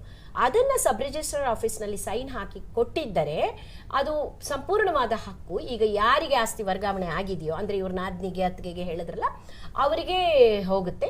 ಉಳಿದ ಆಸ್ತಿಯಲ್ಲಿ ನೀವು ನಿಮ್ಮ ಅತ್ತೆಯ ಮೂಲಕ ಖಂಡಿತವಾಗಿಯೂ, ಈಗ ನಿಮ್ಮ ಯಜಮಾನ ಅನ್ನಿಸ್ಕೊಂಡ ವ್ಯಕ್ತಿ ತೀರ್ಕೊಂಡಿರೋದ್ರಿಂದ ನೀವು ಖಂಡಿತವಾಗ್ಲೂ ಅದನ್ನು ಕ್ಲೇಮ್ ಮಾಡಿ ಪಡೆಯುವ ಎಲ್ಲ ಸಾಧ್ಯತೆ ಇದೆ. ಓಕೆ ಮಾ, ಧನ್ಯವಾದಗಳು ಕರೆ ಮಾಡೋದಕ್ಕಾಗಿ. ಹಾಗೆ ಮೇಡಮ್, ಈಗ ನೋಡಿ, ಮದುವೆ ಸಂದರ್ಭದಲ್ಲಿನೇ ಇತ್ತೀಚೆಗೆ ಈ ವಿಚ್ಛೇದನಕ್ಕೆ ಸಂಬಂಧಪಟ್ಟಂತೆ ಮಾತನಾಡೋದಾದರೆ, ಮದುವೆಗಿಂತ ಮುಂಚೆ ಓಕೆ, ಈಗ ನೀವು ಹೇಳಿದ್ರೆ ಸಾಂದರ್ಭಿಕವಾಗಿ ನಾವು ಬರುವಂಥ ಒಂದು ಗಿಫ್ಟ್ಗಳು ಏನಿರುತ್ತೆ ಅದೆಲ್ಲೂ ಕೂಡ ಸ್ತ್ರೀಧನ ಅಂಥೇಳಿ. ವಿಚ್ಛೇದನ ಅಂತ ಬಂದಾಗ ಸೊ ಡಿವಿಷನ್ ಆಗುತ್ತೆ. ಆ ವಿಚ್ಛೇದನದ ಸಂದರ್ಭದಲ್ಲಿ ಈಗ ಹೆಣ್ಣು ಮಕ್ಕಳಿಗೆ ಗಂಡನ ಮನೆಯಿಂದ ಅಥವಾ ಗಂಡನಿಂದನೇ ಬರುವಂಥ ಒಡವೆ, ಬಟ್ಟೆ ಎಲ್ಲವೂ ಕೆಲವರು ರಿಟರ್ನ್ ಕೇಳ್ತಿರ್ತಾರೆ, ಎಕ್ಸ್ಚೇಂಜ್ ಮಾಡ್ಕೊಳ್ಳೋಣ ಅಂತ ಹೇಳಿ ಕೇಳ್ತಾರೆ. ಅದ್ರ ಬಗ್ಗೆ ಮಾತಾಡೋಣ. ಮತ್ತೊಬ್ರು ಕಾಲರ್ ಇದ್ದಾರೆ, ಶಿವಣ್ಣ ಅಂತ ಹೇಳಿ. ನಮಸ್ತೆ. ಹಲೋ, ಹಲೋ, ನಮಸ್ತೆ ಸರ್. ನಮಸ್ತೆ ಮೇಡಮ್. ಹೇಳಿ ಸರ್, ಏನ್ ಪ್ರಶ್ನೆ ಇದೆ? ಮೇಡಮ್, ಅದು ನಮ್ಮ ತಾಯಿ ಸೋದರ ಮಾವನು, ನಮ್ಮ ತಾಯಿ ಸತ್ತೋಗಿದಾಗ ಅವ್ರು ನಮ್ಮ ತಾಯಿಗೆ ಯಾವ ಜಮೀನು ಕೊಟ್ಟಿಲ್ಲ, ತಂದೆ ಹೆಸರು ಮಾಡ್ಸ್ಕೊಂಡ್ಬಿಟ್ಟಿದ್ದಾರೆ. ಅದ್ರ ಬಗ್ಗೆ ಮಾಹಿತಿ ಕೇಳಬೇಕು ಮೇಡಮ್. ಜಮೀನು ಕೊಟ್ಟಿಲ್ಲ. ಇವಾಗ ಬಹುಶಃ ಹಿಂದೆ ಕರೆ ಮಾಡಿದ್ರಲ್ಲ, ಅವ್ರದ್ದು ಇದೇ ರೀತಿಯಾದಂತಹ ಸಮಸ್ಯೆ ಆಗಿದೆ. ಇದರಲ್ಲಿ ಏನಾಗಿದೆ ಅಂದ್ರೆ, ಅಕ್ಕನ ಆಸ್ತಿಯನ್ನ ತಮ್ಮ ಬರ್ಸ್ಕೊಂಡ್ಬಿಟ್ಟಿದ್ದಾನೆ, ಮಕ್ಕಳಿಗೆ ಕೊಡದೆ. ಇದು ಅಕ್ಕನಿಗೆ ಯಾವ ಮೂಲದಿಂದಲೇ ಬಂದಿದ್ದರೂ ಸಹ ಹಾಗೆ ತನ್ನ ಹೆಸರಿಗೆ ಬರ್ಸ್ಕೊಳ್ಳಕ್ಕೆ ಸಾಧ್ಯ ಇಲ್ಲ. ಆಕೆ ಬದುಕಿರುವಾಗ ಅವಳು ಸ್ವಯಾರ್ಜಿತ ಒಂದು ದಾಖಲೆಗಳನ್ನು ಮಾಡ್ಕೊಂಡಿದ್ರೆ ಮಾತ್ರ ಆಕೆ ಯಾರಿಗೆ ಬೇಕಾದರೂ ಬರ್ಕೊಡ್ಬಹುದು. ಅದು ಸ್ವಯಾರ್ಜಿತ ಅಲ್ಲ ಅನ್ನುವುದಾದರೆ ಮಕ್ಕಳಿಗೆ ಅಂದರೆ ನಿಮಗೆ ಖಂಡಿತವಾಗ್ಲೂ ಆ ಆಸ್ತಿಯಲ್ಲಿ ಪಾಲು ಇದೆ. ನೀವು ಅದನ್ನ ನ್ಯಾಯಾಲಯದ ಮೂಲಕ ಪಡೆದುಕೊಳ್ಳಲು ಅರ್ಹ ಇದ್ದೀರಾ. ಓಕೆ, ಧನ್ಯವಾದಗಳು ಕರೆ ಮಾಡೋದಕ್ಕಾಗಿ. ವೀಕ್ಷಕರೇ, ಸ್ತ್ರೀಧನದ ಬಗ್ಗೆ ಮತ್ತಷ್ಟು ಇಂಟ್ರೆಸ್ಟಿಂಗ್ ವಿಚಾರಗಳನ್ನು ತಿಳಿಸ್ಕೊಡ್ತೀವಿ. ಅದಕ್ಕೂ ಮುನ್ನ ಕಾರ್ಯಕ್ರಮದಲ್ಲಿ ಪುಟ್ಟದೊಂದು ವಿರಾಮ. ಮಾನನೀಯ ಪ್ರಧಾನಮಂತ್ರಿ ಶ್ರೀ ನರೇಂದ್ರ ಮೋದಿ ಅವರ ಸಂಕಲ್ಪ ಸಹಕಾರದಿಂದ ಸಮೃದ್ಧಿಯ ಅಂತರ್ಗತ ಇಂತಹ ಹೊಸ ನೀತಿಗಳನ್ನು ವಿಕಸಿತಗೊಳಿಸಿ ಸಣ್ಣ ಮತ್ತು ಸೀಮಾಂತ ರೈತರಿಗೆ ಸಹಾಯ ಮಾಡುತ್ತಿದೆ. ये एफपीओ छोटे किसानों को बड़ी ताकत देने वाले हैं. ये छोटे किसानों को मार्केट में बड़ी फोर्स बनाने के माध्यम है. बीज से लेकर बाजार तक हर व्यवस्था को छोटा किसान कैसे अपने पक्ष में खड़ा कर सकता है, कैसे बाजार की ताकत को चुनौती दे सकता है, ये उसका अभियान है. FPOs ನ ಮೌಲ್ಯ ಸಂವರ್ಧನೆಗೆ ಸಂಬಂಧಿಸಿದ ಎಲ್ಲ ಗತಿವಿಧಿಗಳು, ಅದರಲ್ಲಿ ಟೆಕ್ನಾಲಜಿ, ಬೆಳೆಗಳ ಮಾರಾಟ, ಜ್ಞಾನವನ್ನು ಒಟ್ಟಾಗಿ ಹಂಚಿಕೊಳ್ಳುವುದು, ಬ್ರ್ಯಾಂಡಿಂಗ್ ಮತ್ತು ಮಾರ್ಕೆಟಿಂಗ್ ನಲ್ಲಿ ಸಹಾಯ ಮಾಡುವುದು.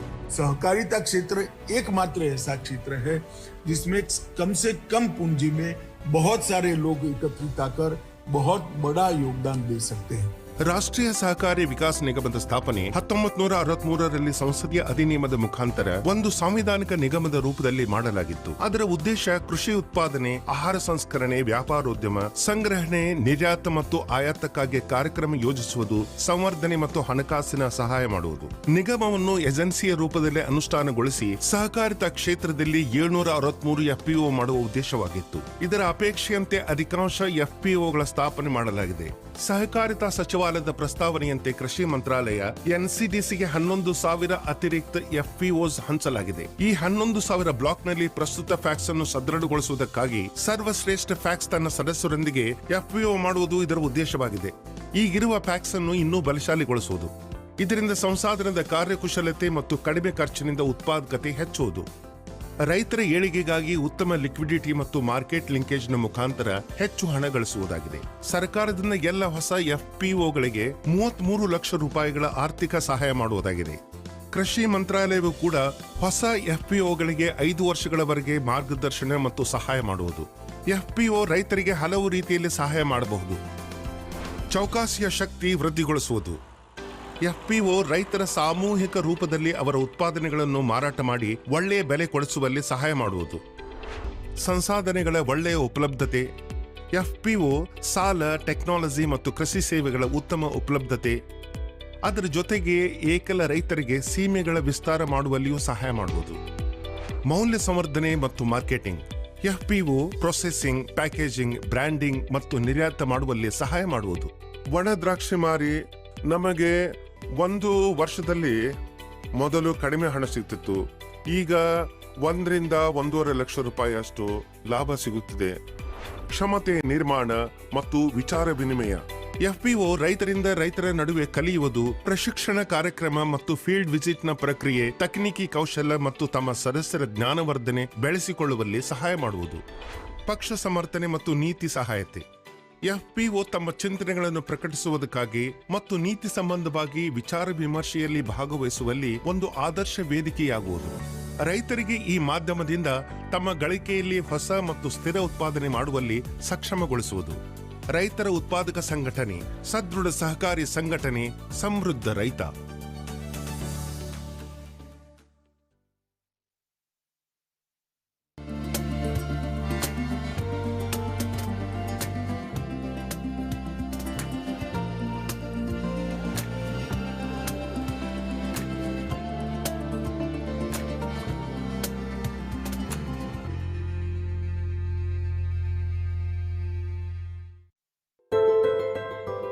ನೋಡುಗರ ಕಣ್ಮನ ಸೆಳೆಯುವ ಪಶ್ಚಿಮ ಘಟ್ಟಗಳು, ಜಲಧಾರೆಗಳು.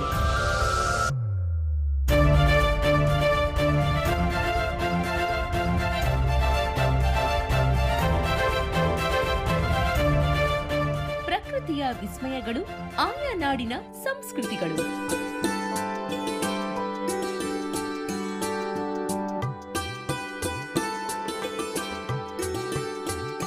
ಸುಂದರ ಸೋಜಿಗದ ಪ್ರವಾಸಿ ತಾಣಗಳು.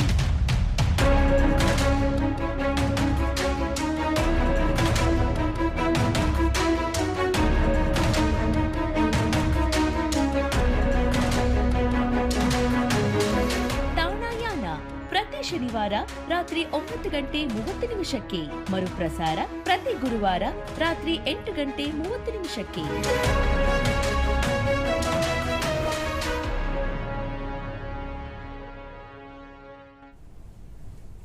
ವಿರಾಮದ ನಂತರ ಹಲವು ಗೆಳೆಯರೇ ನೇರ ಫೋನ್ ಕಾರ್ಯಕ್ರಮಕ್ಕೆ ಮತ್ತೆ ಸ್ವಾಗತ. ಇವತ್ತಿನ ಕಾರ್ಯಕ್ರಮದಲ್ಲಿ ನಾವು ಸ್ತ್ರೀಧನದ ಬಗ್ಗೆ ಮಾತನಾಡ್ತಾ ಇದ್ದೀವಿ. ಸ್ತ್ರೀಧನದ ವಿಚಾರಗಳನ್ನು ತಿಳಿಸೋದಕ್ಕೆ ನಮ್ಮ ಸ್ಟುಡಿಯೋದಲ್ಲಿ ಇವತ್ತು ಶ್ರೀಮತಿ ಅಂಜಲಿ ರಾಮಣ್ಣ ಅವರಿದ್ದಾರೆ, ಮತ್ತೊಬ್ಬರು ಕಾಲರ್ ಇದ್ದಾರೆ, ಮಾತನಾಡಿಸೋಣ. ಶಶಿಕಲಾ ಅಂತ ಹೇಳಿ. ನಮಸ್ತೆ ಶಶಿಕಲಾ ಅವರೇ.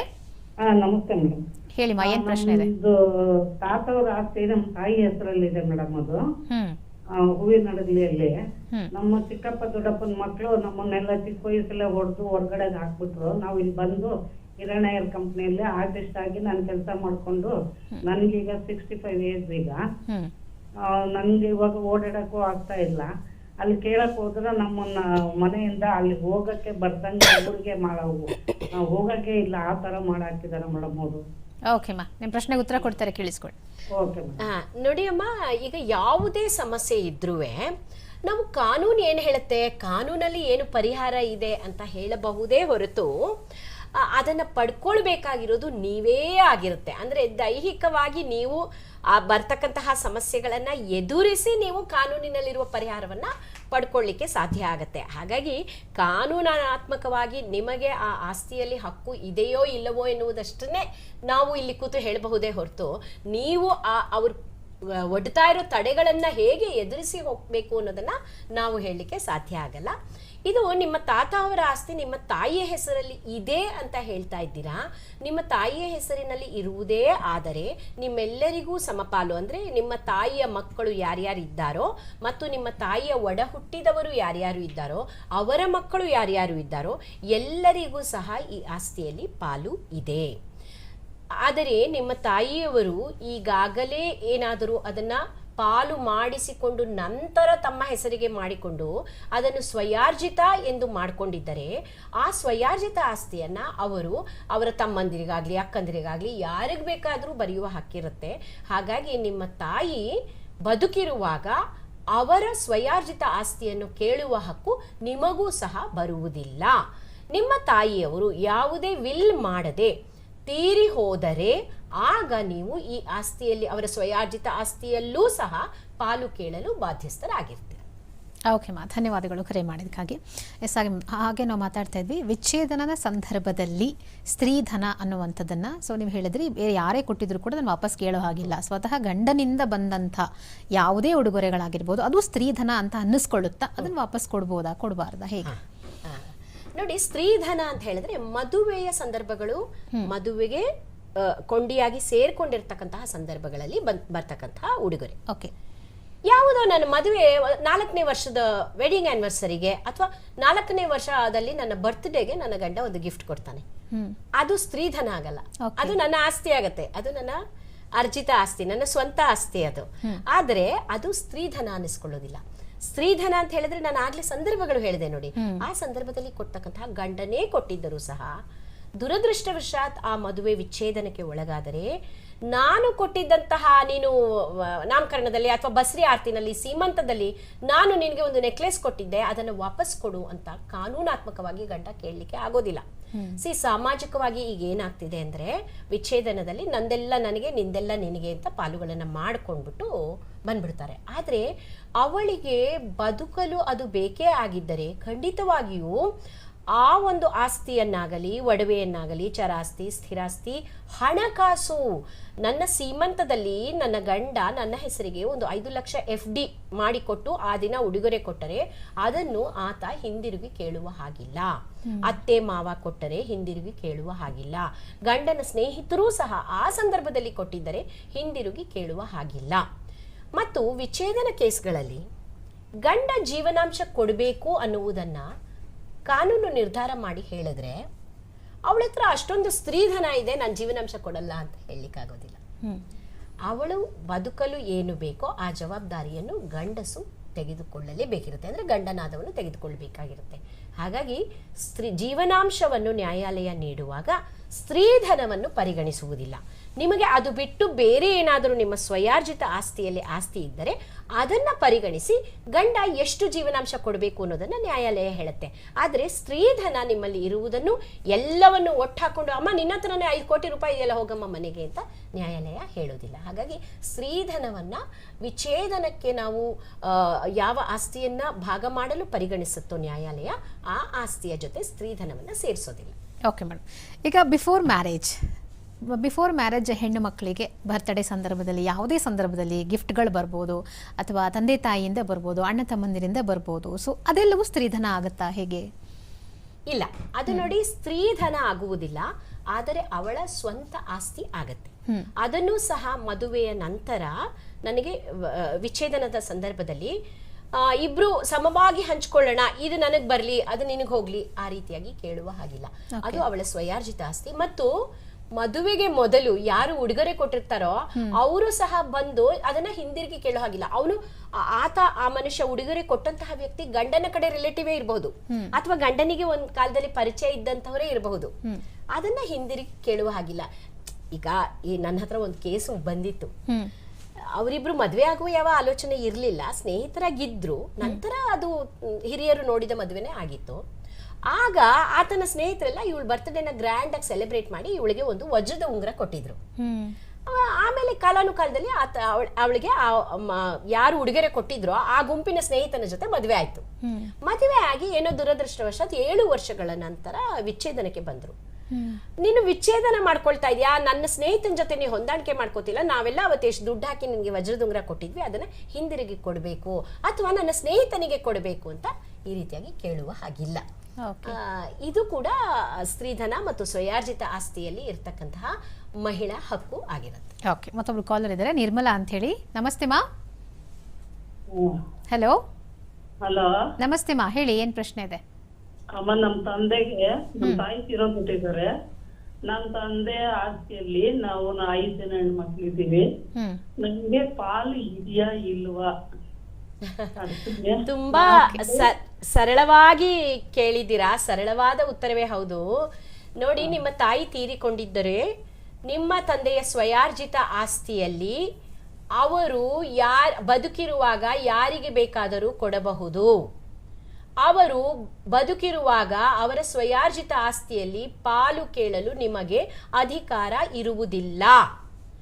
ಅವರು ಏನನ್ನು ಬರೆಯದೆ ತೀರಿಕೊಂಡ ನಂತರ ನಿಮಗೆ ಎಷ್ಟು ನಿಮ್ಮ ಅಕ್ಕ ತಂಗಿರು ಅಣ್ಣ ತಮ್ಮಂದ್ರು ಇದ್ದೀರೋ ನೀವೆಲ್ಲರೂ, ನಿಮ್ಮೆಲ್ಲರಿಗೂ ಸಮವಾದ ಆಸ್ತಿ ಹಕ್ಕು ಅವರ ಸ್ವಯಾರ್ಜಿತ ಆಸ್ತಿಯಲ್ಲೂ ಬರುತ್ತೆ, ಪಿತ್ರಾರ್ಜಿತದ ಕಡೆಯಿಂದಲೂ ಸಹ ಬರುತ್ತೆ.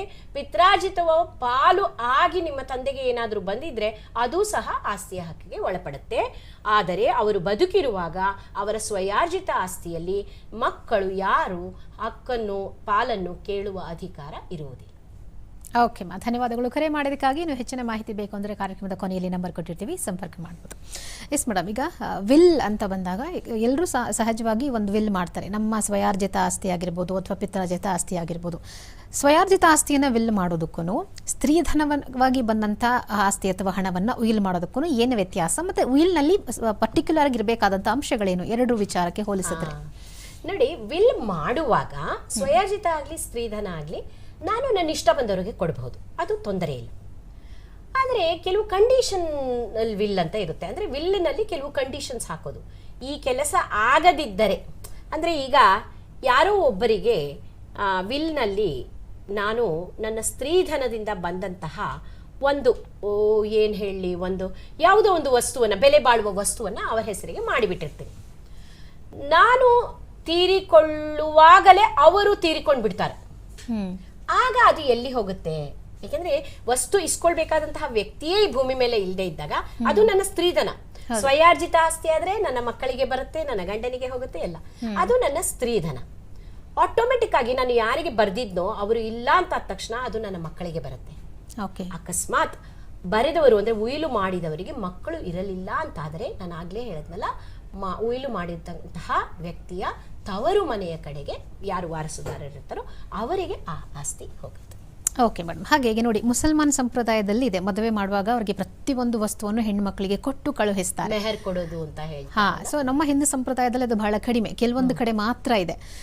ಸೊ ಏನಾದರೂ ಡಿಫ್ರೆನ್ಸಸ್ ಇದೆಯಾ ಅಥವಾ ನಾವು ಇದನ್ನ ಪಾಲಿಸಲೇಬೇಕಾ, ಹೇಗೆ ಅಂತ ಹೇಳಿ? ನೋಡಿ, ನಮ್ಮಲ್ಲಿ ವೈಯಕ್ತಿಕ ಕಾನೂನುಗಳು ಅಂದ್ರೆ ಧರ್ಮೀಯ ಕಾನೂನುಗಳು ಇದೆ. ನಮ್ಮ ಎಲ್ಲ ಹಕ್ಕುಗಳು, ಆಸ್ತಿಗೆ ಸಂಬಂಧಪಟ್ಟಂತದ್ದು, ಮದುವೆಗೆ ಸಂಬಂಧಪಟ್ಟ ಎಲ್ಲ ಅಧಿಕಾರ ಮತ್ತು ಹಕ್ಕುಗಳು ಅಂತಹ ಕಾನೂನುಗಳ ಅಡಿಯಲ್ಲಿ ಗೌರವ ಆಗುತ್ತೆ. ಅಂದ್ರೆ ಅಂತಹ ಕಾನೂನುಗಳು ಅದನ್ನ ನಮಗೆ ಸ್ಪಷ್ಟತೆ ಪಡಿಸುತ್ತೆ. ಮುಸ್ಲಿಂ ಸಮುದಾಯಕ್ಕೆ ಸೇರಿರ್ತಕ್ಕಂತಹ ಹೆಣ್ಣು ಮಕ್ಕಳಿಗೆ ಅವರದೇ ಆದ ಹಕ್ಕುಗಳು ಮದುವೆ ಆದಾಗ ಬರುತ್ತೆ. ಆಸ್ತಿಯಲ್ಲೂ ಸಹ ಇಂತಿಷ್ಟು ಅಂಶ, ಮೂರನೇ ಒಂದು ಅಂಶ ಅವಳು ಮದುವೆಯಲ್ಲಿ ಇರೋವರೆಗೂ ಅವಳು ಎಂಜಾಯ್ ಮಾಡಬಹುದು. ಮದುವೆಯ ನಂತರ ಗಂಡ ತೀರಿಕೊಂಡಾಗ ಆ ಆಸ್ತಿ ಏನಾಗುತ್ತೆ ಅಂತ ಬೇರೆ ಹೇಳ್ತಾರೆ. ಅಥವಾ ಅವರು ವಿಚ್ಛೇದನ ತಲಾಕ್ ತೆಗೆದುಕೊಂಡರೆ ಅಥವಾ ಕುಲ ಅಂದ್ರೆ ಹೆಣ್ಣು ಮಗಳು ತಗೊಳ್ಳುವಂತಹ ವಿಚ್ಛೇದನವನ್ನ ಕುಲ ಅಂತಾರೆ, ಗಂಡಸು ಕೊಡುವಂತಹ ವಿಚ್ಛೇದನವನ್ನ ತಲಾಕ್ ಅಂತಾರೆ. ಹೀಗೆ ಬೇರೆ ಬೇರೆ ವರ್ಗಗಳಲ್ಲಿ ಬೇರೆ ಬೇರೆ ಸಂದರ್ಭಾನುಸಾರ ಆ ಹಕ್ಕುಗಳು ಅವರಿಗೆ ಬರುತ್ತೆ. ನಮ್ಮ ಹಿಂದೂ ಸಂಪ್ರದಾಯಕ್ಕೆ ಬಂದಾಗ ನಾನು ಆಗಲೇ ಹೇಳಿದ ಹಾಗೆ ಮದುವೆಯ ಸಂದರ್ಭ ಮತ್ತು ಮದುವೆಗೆ ಅಂಟಿದಂತಹ ಎಲ್ಲ ಸಂದರ್ಭದಲ್ಲೂ ನೀಡ್ತಕ್ಕಂತಹ ಉಡುಗೊರೆಗಳು ಸ್ತ್ರೀಧನ ಆಗುತ್ತೆ. ಮತ್ತು ಸ್ತ್ರೀಧನವನ್ನ ಊರ್ಜಿತ ಮಾಡಿಕೊಂಡು ನಾವು ಆದಾಯ ಗಳಿಸ್ಕೊಂಡ್ರೆ ಅದು ಸಹ ಸ್ತ್ರೀಧನ ಆಗುತ್ತೆ. ಅದು ಬಿಟ್ಟು ನಾನು ಸ್ವಂತವಾಗಿ ಅಂದ್ರೆ ನನ್ನ ಗಂಡನ ಮನೆಯಿಂದ ಯಾವುದಾದರೂ ಆಸ್ತಿ ಪಾಲು ಮಾಡಿಕೊಂಡು ಪಾಲುದಾರಿಕೆಯಲ್ಲಿ ನನಗೆ ಬಂದಿದ್ರೆ ಅದು ನನ್ನ ಸ್ವಯಾರ್ಜಿತ, ಅದನ್ನ ಮತ್ತೆ ಗಂಡನ ಮನೆಯವರು ಕೇಳೋ ಹಾಗಿಲ್ಲ. ಹಾಗಂದ ಮಾತ್ರಕ್ಕೆ ಅದು ಸ್ತ್ರೀಧನ ಆಗೋದಿಲ್ಲ.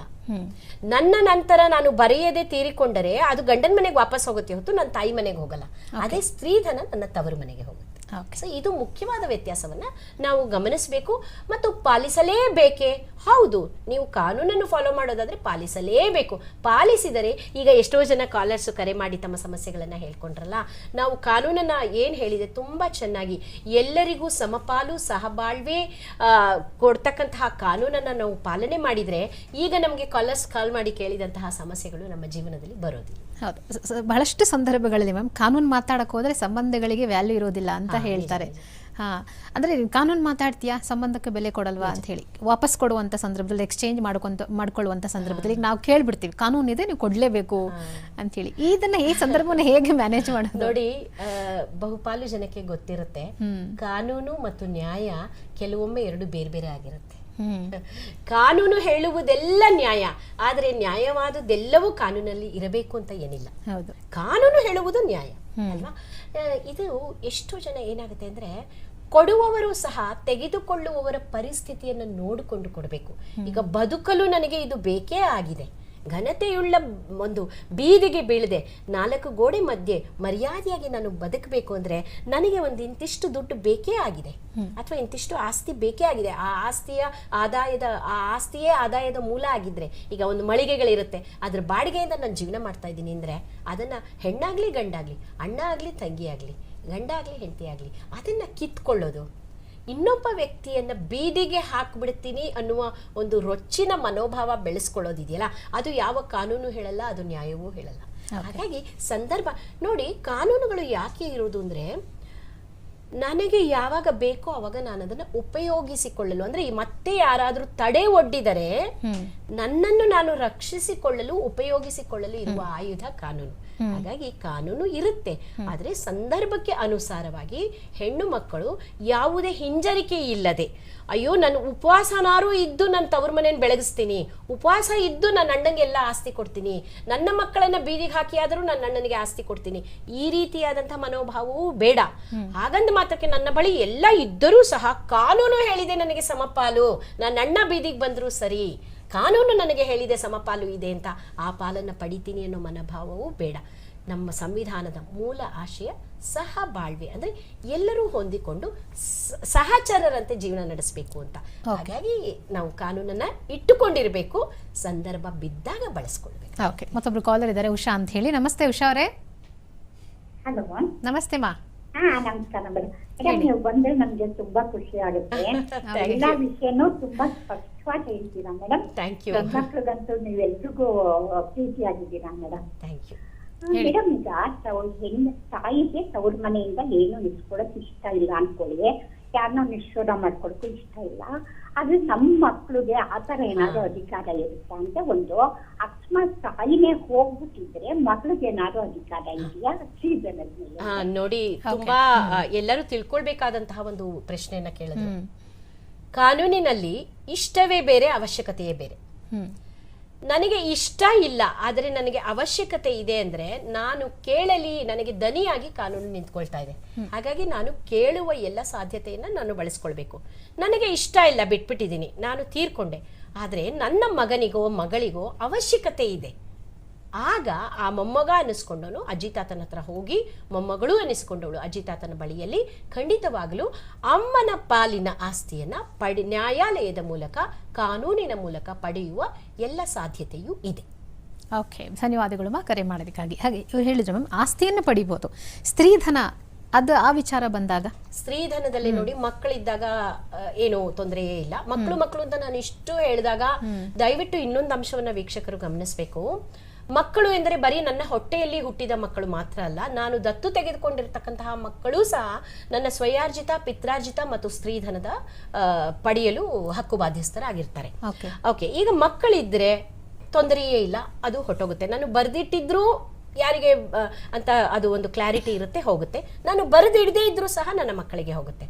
ನನಗೆ ಮಕ್ಕಳಿಲ್ಲ, ನಾನು ತೀರ್ಕೊಂಡಿದ್ದೀನಿ, ಸ್ತ್ರೀಧನವನ್ನ ತವ್ರ ಮನೆಗೆ ಹೋಗುತ್ತೆ ಅಂತ ಕಾನೂನು ಹೇಳಿದೆ, ಪಡೆಯುವುದು ಹೇಗೆ? ಅದು ಸಹ ನ್ಯಾಯಾಲಯದಲ್ಲಿ ಸಾಧಾರಣವಾಗಿ ನಮ್ಮಲ್ಲಿ ಇನ್ನೂ ಆ ಸಂಪ್ರದಾಯ ಇದೆ. ಮದುವೆ ಸಂದರ್ಭದಲ್ಲಿ ಏನೇನು ಕೊಡ್ತೀವಿ, ಏನೇನು ಯಾರ್ಯಾರು ಏನೇನು ಕೊಡ್ತಾರೆ ಅಂತ ಬರೆದಿಟ್ಕೊಳ್ಳುವಂಥ ಒಂದು ದಾಖಲಿಸುವ ಒಂದು ಸಂದರ್ಭ ನಮ್ಮಲ್ಲಿ ಇನ್ನೂ ಇದೆ ಸಂಪ್ರದಾಯ. ಅದಕ್ಕೆ ತಕ್ಕಂತೆ ನಾವು ಖಂಡಿತವಾಗ್ಲೂ ಅಕಸ್ಮಾತ್ ಕೊಡಬೇಕಾದವರು ಕೊಡಲು ನಿರಾಕರಿಸಿದರೆ ಕಾನೂನು ನಮಗೆ ದನಿಯಾಗಿ ಬೆಂಬಲವಾಗಿ ನಿಂತಿದೆ. ತವರು ಮನೆಯವರು ಅದನ್ನು ಪಡೆದುಕೊಳ್ಳಬಹುದು, ಸ್ತ್ರೀಧನವನ್ನ.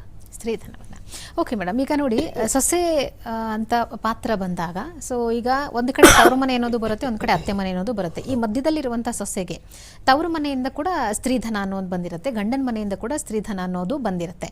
ಸೊ ಆಕೆ ಅನ್ಎಕ್ಸ್ಪೆಕ್ಟೆಡ್ ಆಗಿ ಡೆತ್ ಆಯಿತು ಅಂತಂದರೆ ಆ ಸ್ತ್ರೀಧನ ಆಕೆಯ ತವರು ಮನೆಗೆ ಹೋಗುತ್ತೆ. ಇನ್ ಕೇಸ್ ಆ ಸ್ತ್ರೀಧನವನ್ನ ಅತ್ತೆ ಮನೆಯಲ್ಲಿ ಉಳ್ಕೊಂಡ್ಬಿಟ್ರೆ ಅದನ್ನ ವಾಪಸ್ ಪಡ್ಕೊಳ್ಳೋದು ಹೇಗೆ ತವರು ಮನೆಯವರು ಅಂತ ಹೇಳಿ? ಅದನ್ನೇ ನಾನು ಹೇಳಿದ್ದು ನೋಡಿ, ಅತ್ತೆ ಮನೆಯಲ್ಲಿ ಉಳಿಸಿಕೊಳ್ಳುವಂತಹ ಪ್ರಮೇಯವನ್ನೇ ಅತ್ತೆ ಮನೆ ಕಡೆಯವರು ಅಂದ್ರೆ ಗಂಡನ ಮನೆ ಕಡೆಯವರು ಸೃಷ್ಟಿ ಮಾಡಬಾರದು. ಯಾವಾಗ ದುರದೃಷ್ಟವಶಾತ್ ಮನೆಯ ಸೊಸೆ ತೀರಿಕೊಳ್ಳುತ್ತಾಳೋ ಅವಳಿಗೆ ಸಂಬಂಧಪಟ್ಟ ಸ್ತ್ರೀಧನವನ್ನೆಲ್ಲ ಅವರು ನ್ಯಾಯಯುತವಾಗಿ ತವರು ಮನೆಗೆ ಕೊಟ್ಟು ಬಿಡಬೇಕು. ಹಾಗೆ ಕೊಡದಿದ್ದಾಗ ಖಂಡಿತವಾಗ್ಲೂ ತವರು ಮನೆಯವರು ನ್ಯಾಯಾಲಯದ ಮೊರೆ ಹೋಗಿ ಆ ಆಸ್ತಿಯನ್ನು ಪಡೆಯುವ ಎಲ್ಲ ಸಾಧ್ಯತೆಯೂ ಇದೆ. ಓಕೆ ಮೇಡಮ್, ಕೊನೆಯದಾಗಿ ಇವತ್ತಿನ ಕಾರ್ಯಕ್ರಮದಲ್ಲಿ ಭಾಗವಹಿಸಿ ಸ್ತ್ರೀಧನದ ವಿಚಾರವಾಗಿ ಬಹಳಷ್ಟು ವಿಚಾರಗಳನ್ನು ತಿಳಿಸ್ಕೊಟ್ರೆ, ಬಹಳಷ್ಟು ಹೆಣ್ಣುಮಕ್ಕಳಿಗೆ ಸ್ತ್ರೀಧನ ಅಂದ್ರೆ ಏನು ಅಂತ ಹೇಳಿ ಗೊತ್ತಿರೋದಿಲ್ಲ. ಹೆಣ್ಣುಮಕ್ಕಳ ಆಸ್ತಿ ಅಂತಷ್ಟೇ ಗೊತ್ತೇ ಹೊರತು ಸ್ತ್ರೀಧನ ಅಂದರೆ ಏನು ಅಂತ ಹೇಳಿ ಗೊತ್ತಿರುವಂಥ ಬಹಳಷ್ಟು ವಿಚಾರಗಳನ್ನು ನೀವು ತಿಳಿಸ್ಕೊಟ್ಟಿದ್ದಕ್ಕೆ ಧನ್ಯವಾದಗಳು. Thank you. ಎಸ್, ನೋಡಿದ್ರಲ್ಲ ವೀಕ್ಷಕರೇ, ಸ್ತ್ರೀಧನದ ಬಗ್ಗೆ ಇನ್ನಷ್ಟು ಮತ್ತಷ್ಟು ವಿಚಾರಗಳನ್ನು ನಾವು ಮುಂದಿನ ಸಂಚಿಕೆಗಳಲ್ಲಿ ತಿಳಿಸ್ಕೊಡ್ತೀವಿ. ಯಾಕಂತಂದರೆ ಇದರ ಕುರಿತಾದಂಥ ಅರಿವು ಬಹಳಷ್ಟು ಕಡಿಮೆ ಇದೆ. ಸೊ ಹೀಗಾಗಿ ಹೆಣ್ಣು ಮಕ್ಕಳ ವಿಚಾರ ಅಂತ ಬಂದಾಗ, ಅದರಲ್ಲೂ ನಾಳೆ ಅಂತಾರಾಷ್ಟ್ರೀಯ ಮಹಿಳಾ ದಿನಾಚರಣೆ ವಿಶೇಷವಾಗಿ ನಾವು ಈ ಒಂದು ವಿಚಾರವನ್ನು ಕೈಗೆತ್ತಿಕೊಂಡಿದ್ವಿ. ನಿಮಗೆ ಇನ್ನೂ ಹೆಚ್ಚಿನ ಪ್ರಶ್ನೆಗಳಿತ್ತು, ಆದರೆ ಕಾರ್ಯಕ್ರಮದಲ್ಲಿ ಸಮಯದ ಅಭಾವದಿಂದಾಗಿ ಕಾರ್ಯಕ್ರಮವನ್ನು ಮುಗಿಸ್ತಾ ಇದ್ದೀವಿ. ಜೊತೆಗೆ ಕಾರ್ಯಕ್ರಮದ ಕೊನೆಯಲ್ಲಿ ಒಂದು ನಂಬರನ್ನು ಕೊಟ್ಟಿದ್ದೀವಲ್ಲ, ನಂಬರ್ನ ಸಂಪರ್ಕ ಮಾಡಿದ್ರೆ ನಿಮಗೆ ಹೆಚ್ಚಿನ ಮಾಹಿತಿಯನ್ನು ಪಡ್ಕೋಬೋದು ಅಂತ ಹೇಳ್ತೀವಿ. ಇವತ್ತಿನ ಕಾರ್ಯಕ್ರಮವನ್ನು ಮುಗಿಸ್ತಾ ಇದ್ದೀನಿ. ನಮಸ್ಕಾರ.